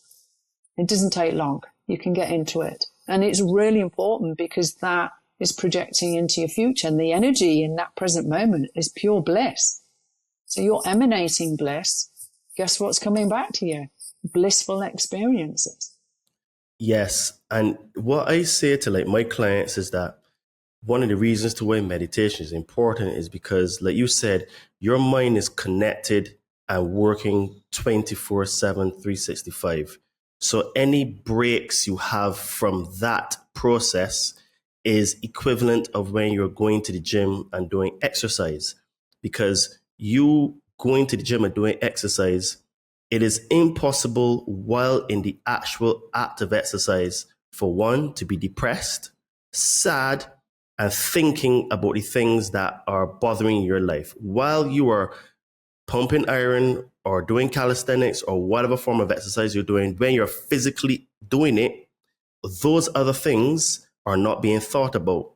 And the more breaks you get mentally from you thinking about those things, the actual stronger the mind becomes, the more resilient, the more able you're able to ignore, like you were saying, those thoughts. Because we're going to always have those thoughts, but it's how we act to them and react to them that will determine our future, our results, how we view ourselves, on all the above that you were speaking about. Because is that break that you need, which is why in all of my fitness programs, all of my clients do meditation, and I'm actually quite, how shall I say, I police that a lot as well, actually, because I focus heavily on mindset with my clients, because I very much understand that poor mindset leads to piss poor performance, as we say in England, piss poor,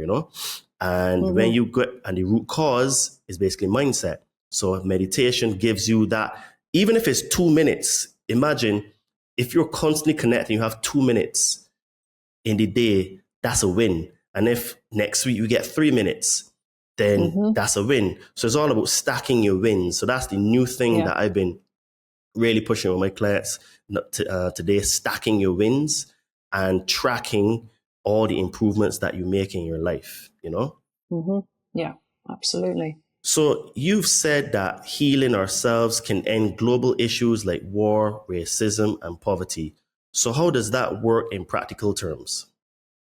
So in practical terms, as I've said earlier, all of our ancestral stuff, and if you look back, our ancestors were barbaric. They were fighting one another, killing one another, war, all the different wars. All of these things are in our DNA. They're in our consciousness and our field.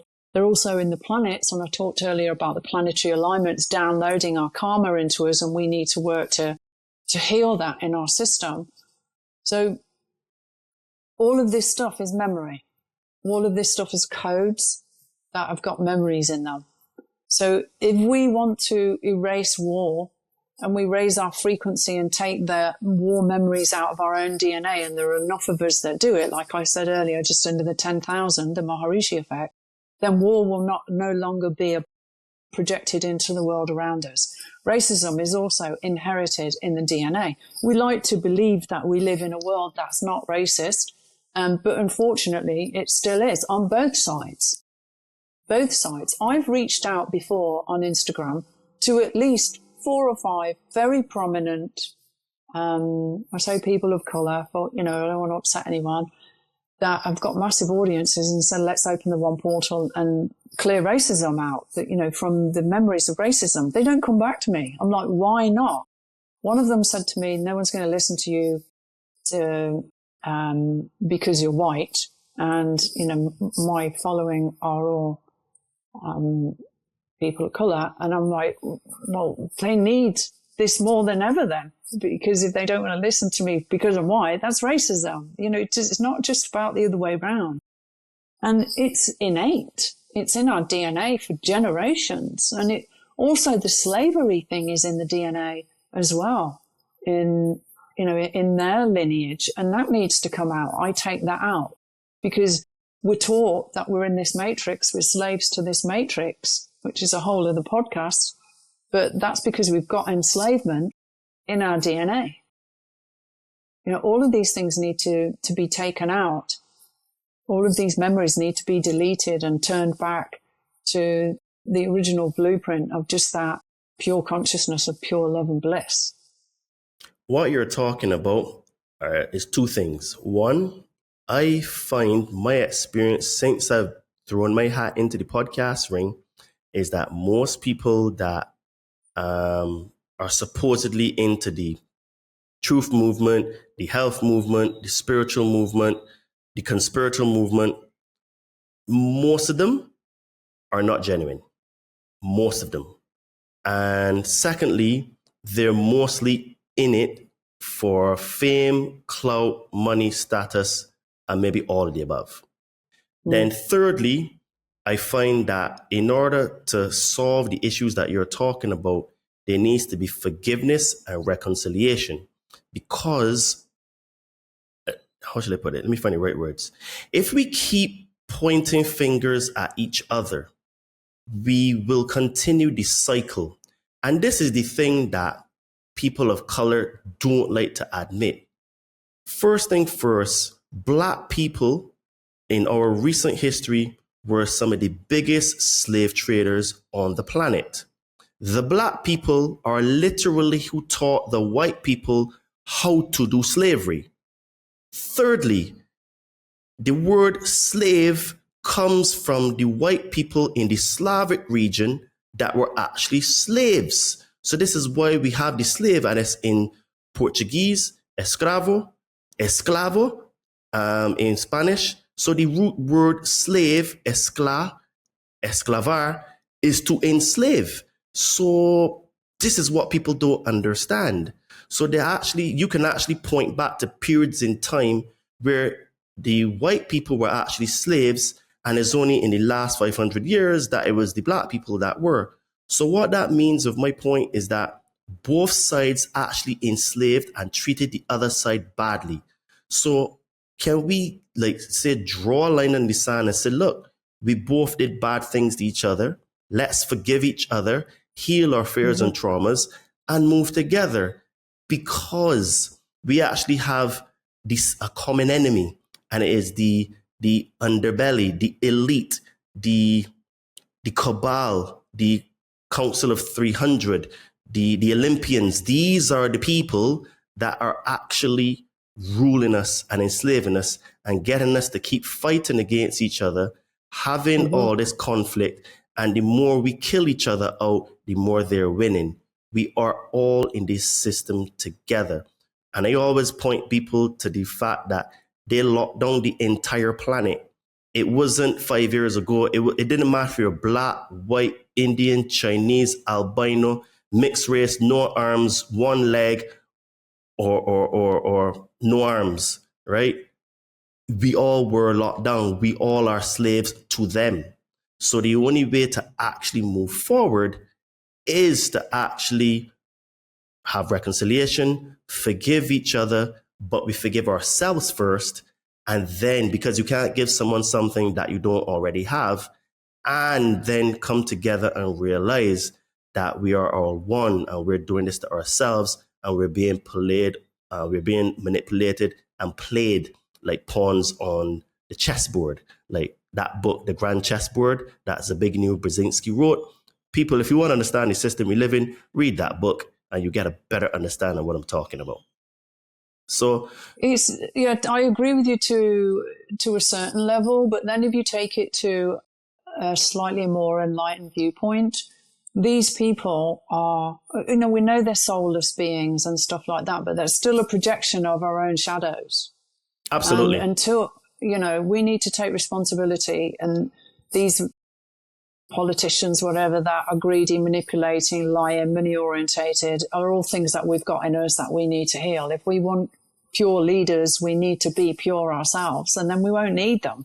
I see the future of our planet going into more back to the old ways of communities, and the wise people in those communities helping, and it's self-policing and stuff like that. Did you know that in America, if you've got 150 people in a plot of land, you can have your own city and you can name it, it gets put on the map, you can have your own police force, your own government. 150 people, and that's all it takes. So we're moving into a future where the more of us that take those things out of your system, then they will start to diminish in the world around us. And we've got machines like biofeedback machines. That's like you said earlier about, it'd be good if the leaders were all sent on ayahuasca retreats, but put them on lie detectors, put them on biofeedback machines that show how pure your heart is on the machine. Instead of, it's all about who's got all the money, controlling who's in politics and so on and so forth. There are better ways of doing it. And I think we're moving towards that. So all of this negativity, people, I'm not a political person, I'm apolitical, but I look at what's going on in America from a different perspective, from a higher viewpoint. And when people start bad-mouthing certain politicians in front of me, I will bring up, have you ever heard of the law of projection to people? Because what you're seeing in them is in you, or else it wouldn't trigger you. I actually do agree with that, I do agree that the state of the world is a consequence of our collective thoughts, feelings, and beliefs about ourselves, which is why the politicians and the system represents that onto us, because we are the ones creating it, right? So I absolutely agree with that point, which actually brings me on to my next point, my next question. So you believe we're co-creators. So what steps can someone take to shift from victim to visionary? Okay, well, one of the first things I would say, there is an audio on my website to take you out of victimhood.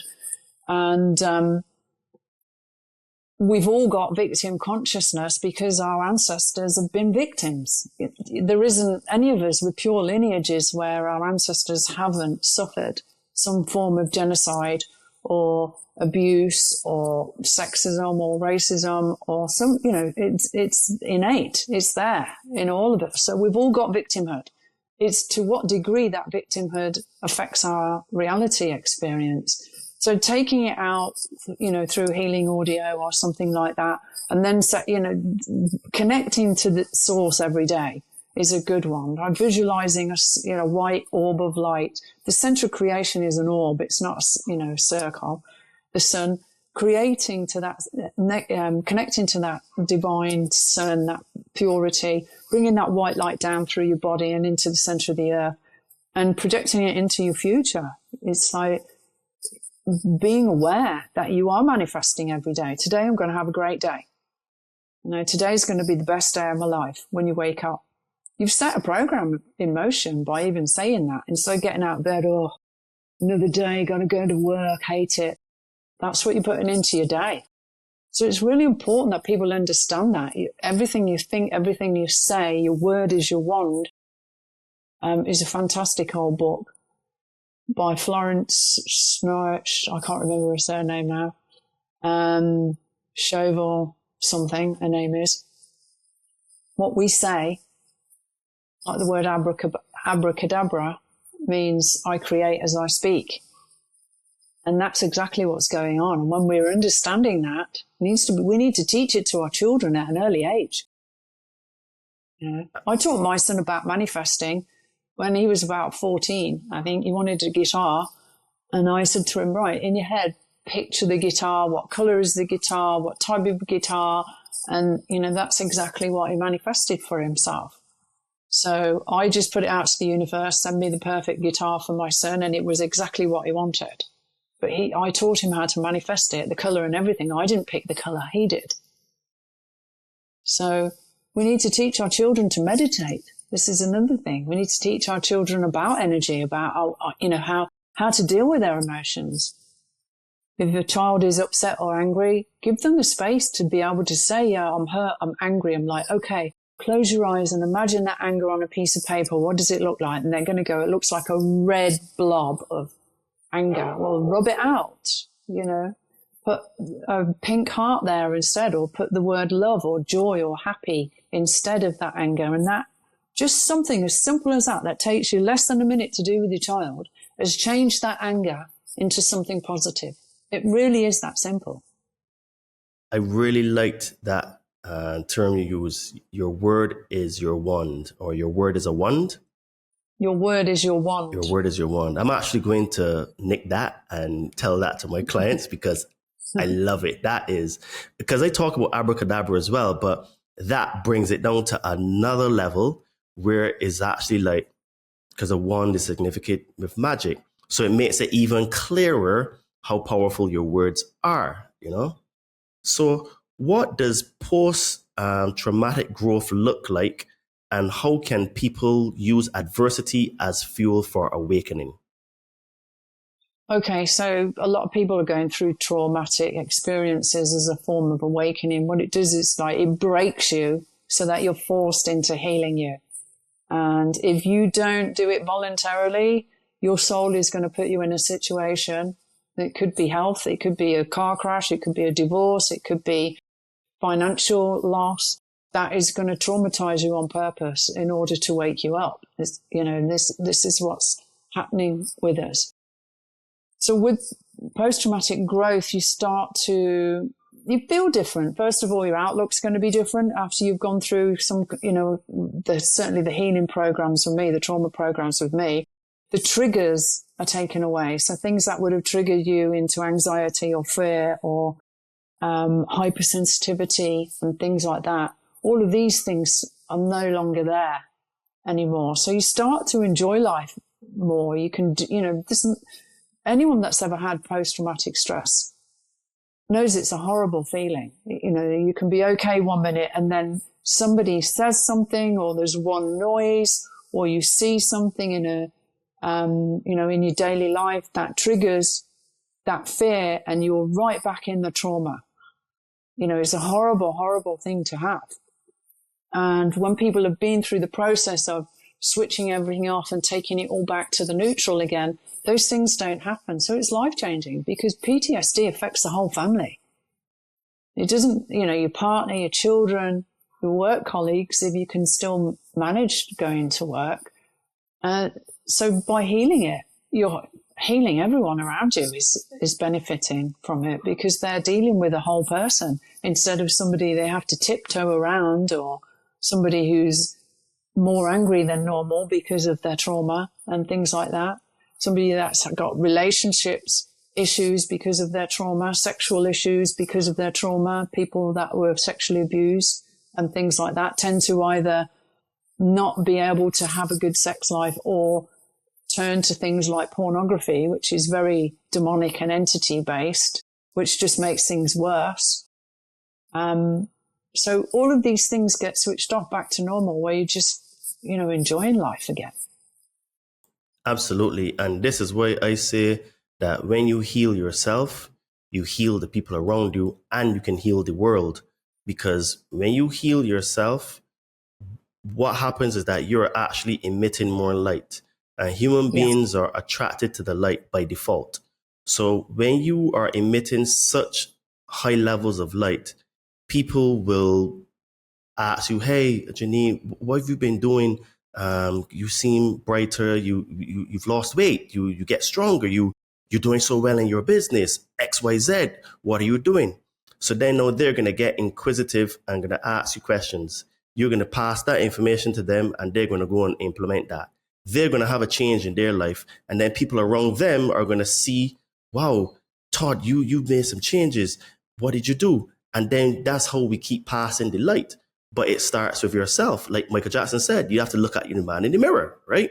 Mm-hmm. And unfortunately, a lot of people tend to not want to look at the man in the mirror, work on themselves, heal themselves, and do the work, because it's scary, it's hard, it causes you to have to make changes, and human beings love comfort zones. And as I always say, comfort zones are the places where dreams and goals go to die,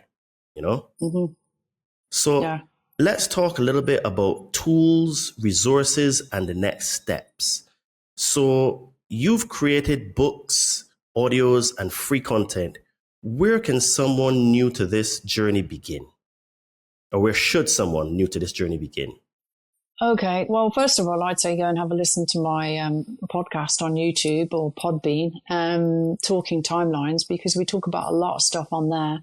But I've produced self-help audios for people that go into your DNA and switch off some real negative programs that are innate in our system, and they're not expensive.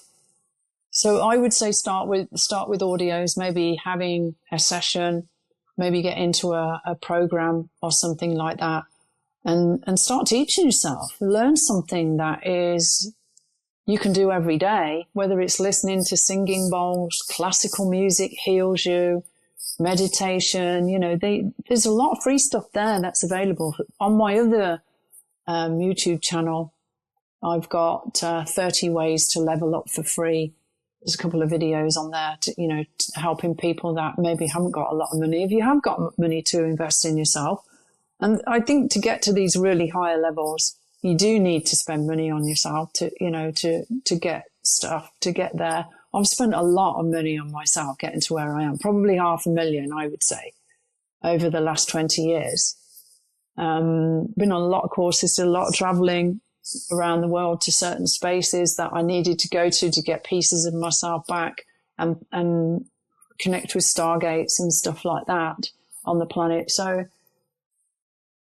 the audios are the cheapest and the easiest way to start if you've got money to spend on yourself. If you've got deep trauma, then I would highly recommend doing an 8-part trauma healing with me. The feedback's been amazing. If you go to my Trustpilot, you can read the feedback on there. I've had people come to me that have tried everything, have problems for 15 years, and it's been sorted out. It's because a lot of people don't know what to look at. I've studied all the different areas, so I know how to multidimensional travel. I know how to get into the subconscious. I know how to get into the energy in the body, and this is why I studied all these different things, because I don't want to just focus on one area and then that's all you've got. We are mind, body, spirit. So you need to understand mind, body and spirit in order to heal mind, body and spirit. So yeah, check out my website. It's my name, JanineRegan-Sinclair.com, and have a look around in there. In the shop, there's audios, there's online courses for trauma, there's programs for trauma. It depends on how much you want to invest in yourself. Okay, so as you mentioned, the 30 free ways to level up that you have on YouTube, can you give us 3 anyone can use right now? Okay, so the first one would be listening to classical music. The second one would be dancing. because it clears your energy, shakes off energy. And the third one would be meditation.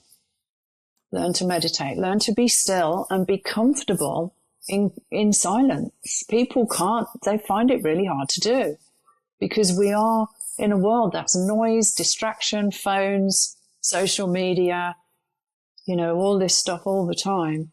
And just even finding somewhere where you can be quiet, even if it's just for 5 minutes. If you can do 20 minutes a couple of times a day, fantastic. If you're serious about it, morning, when you wake up, before you go to bed, the most powerful time is 3:20 a.m. to 3:40 a.m. in the middle of the night. That's when the veil is at its thinnest.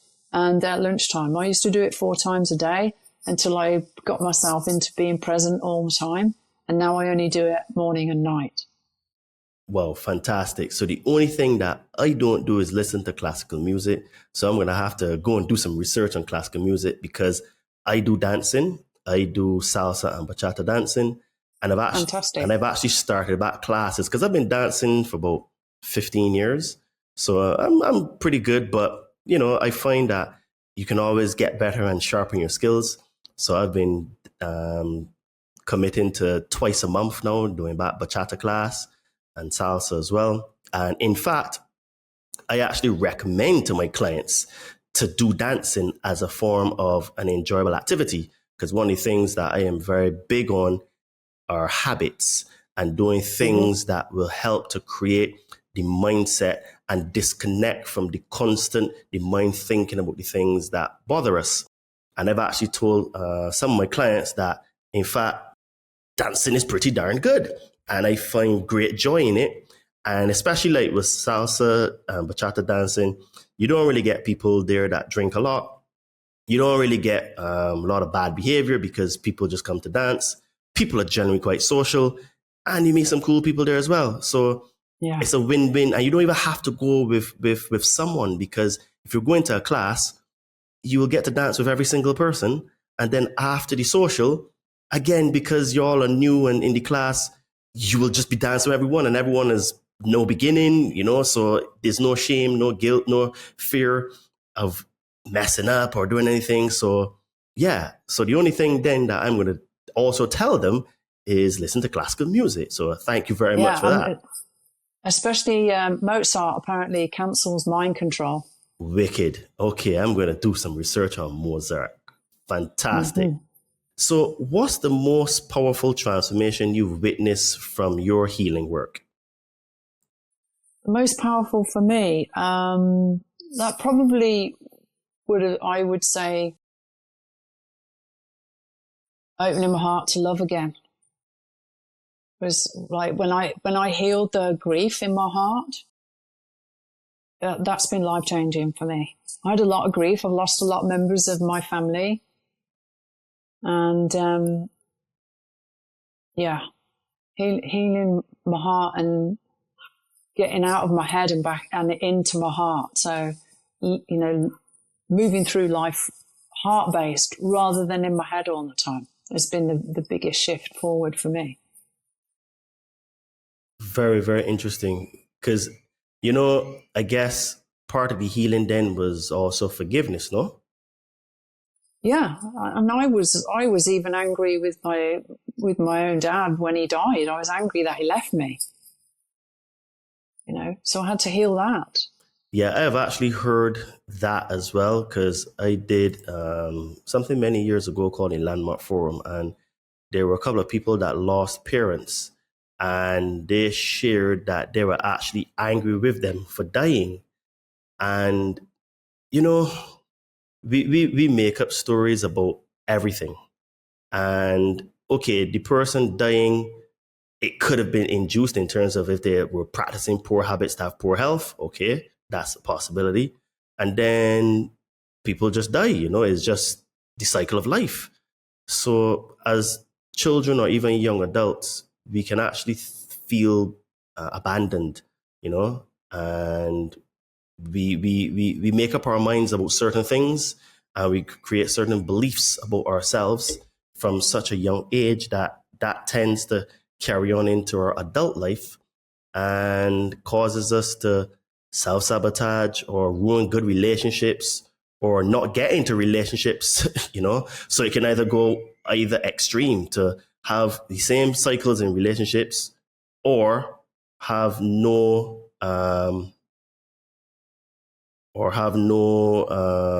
relationships at all, Mm-hmm. Okay, so what's one myth about trauma, healing, or consciousness you would love to debunk today? One myth that I'd like to debunk today. Well, I'm of the belief that anything in our system can be changed. People that say you can't heal this or you can't heal that, I don't believe that at all. I think when you understand that you can take stuff down to the string theory or whatever theory, in the plasma of the etheric level of consciousness, is all programming, and we're in a simulator. So I think we can change anything. I even believe we're getting to the point where when we've raised our frequency enough that people can start to grow back limbs and things like that through visualization techniques. And we are co-creator. After all, we've got the ability. Even Jesus said that you can do what I can do and more. People need to take that on board and what can I do? And start to learn just how fantastic they really are and how powerful they are and how capable they are of changing themselves, their health, their wealth, and their reality, all of it. I actually say that a lot because for people that are very, very religious and, very Christian, I always point to the fact that Yeshua said, greater things shall ye do. So if he's saying greater things shall ye do, and ye means us, well, what is that saying? And then people say, well, it's just like a metaphor or allegory. Well, let's say it is, and it's not literal. That means on some level, we're going to be able to do better things than what he did.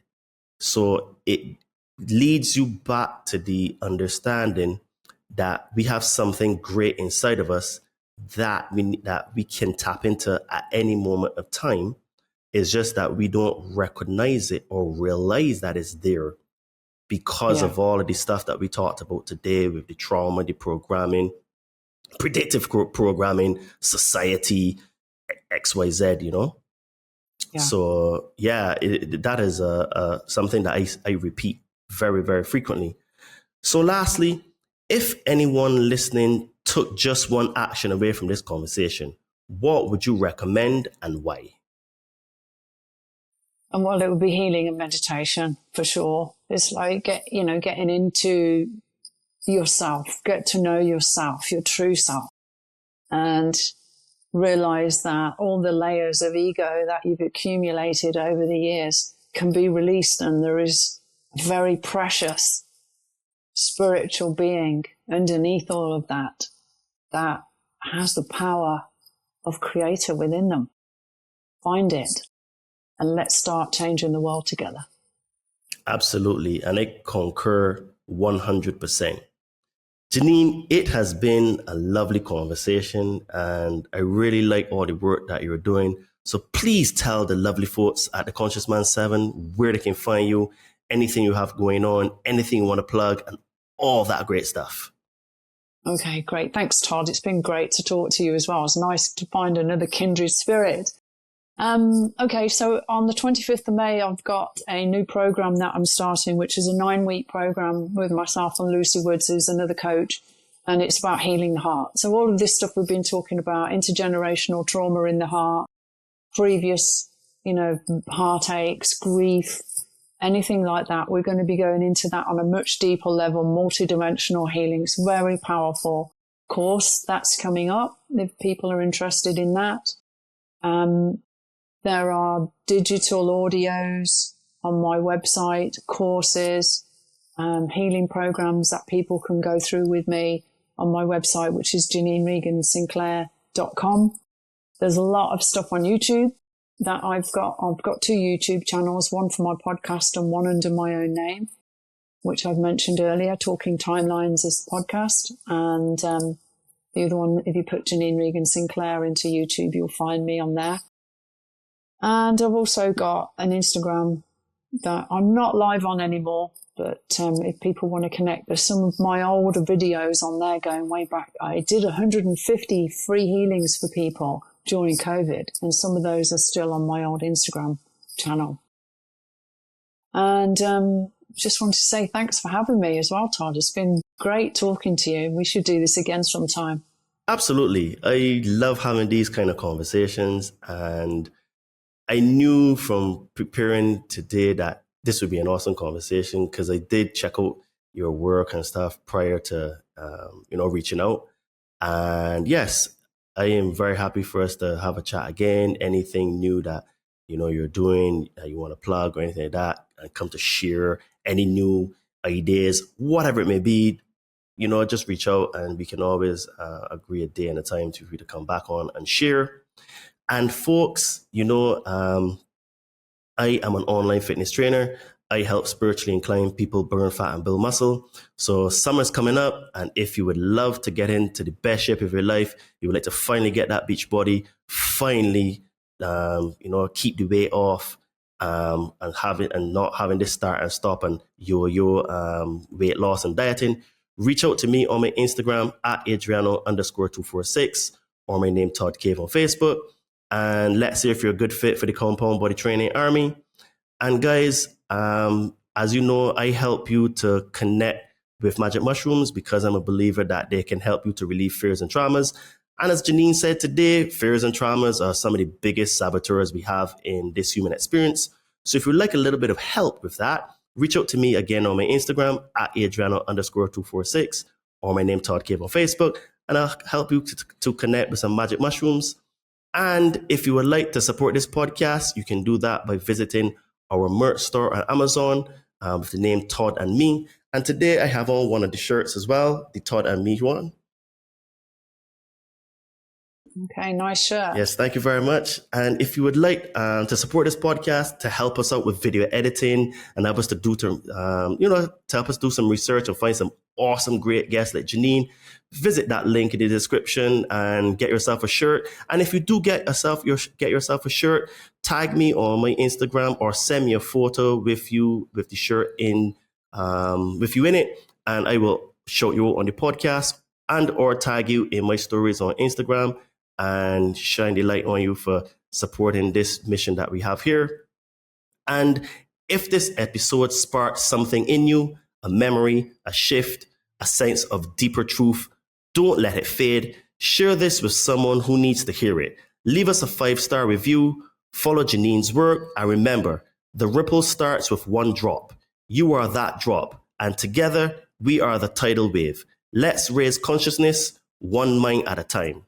Janine, thank you very much for being a guest on the Conscious Man 7 podcast. It was an awesome conversation, and I know that you've added some great value to my listeners, and they really love these types of conversations.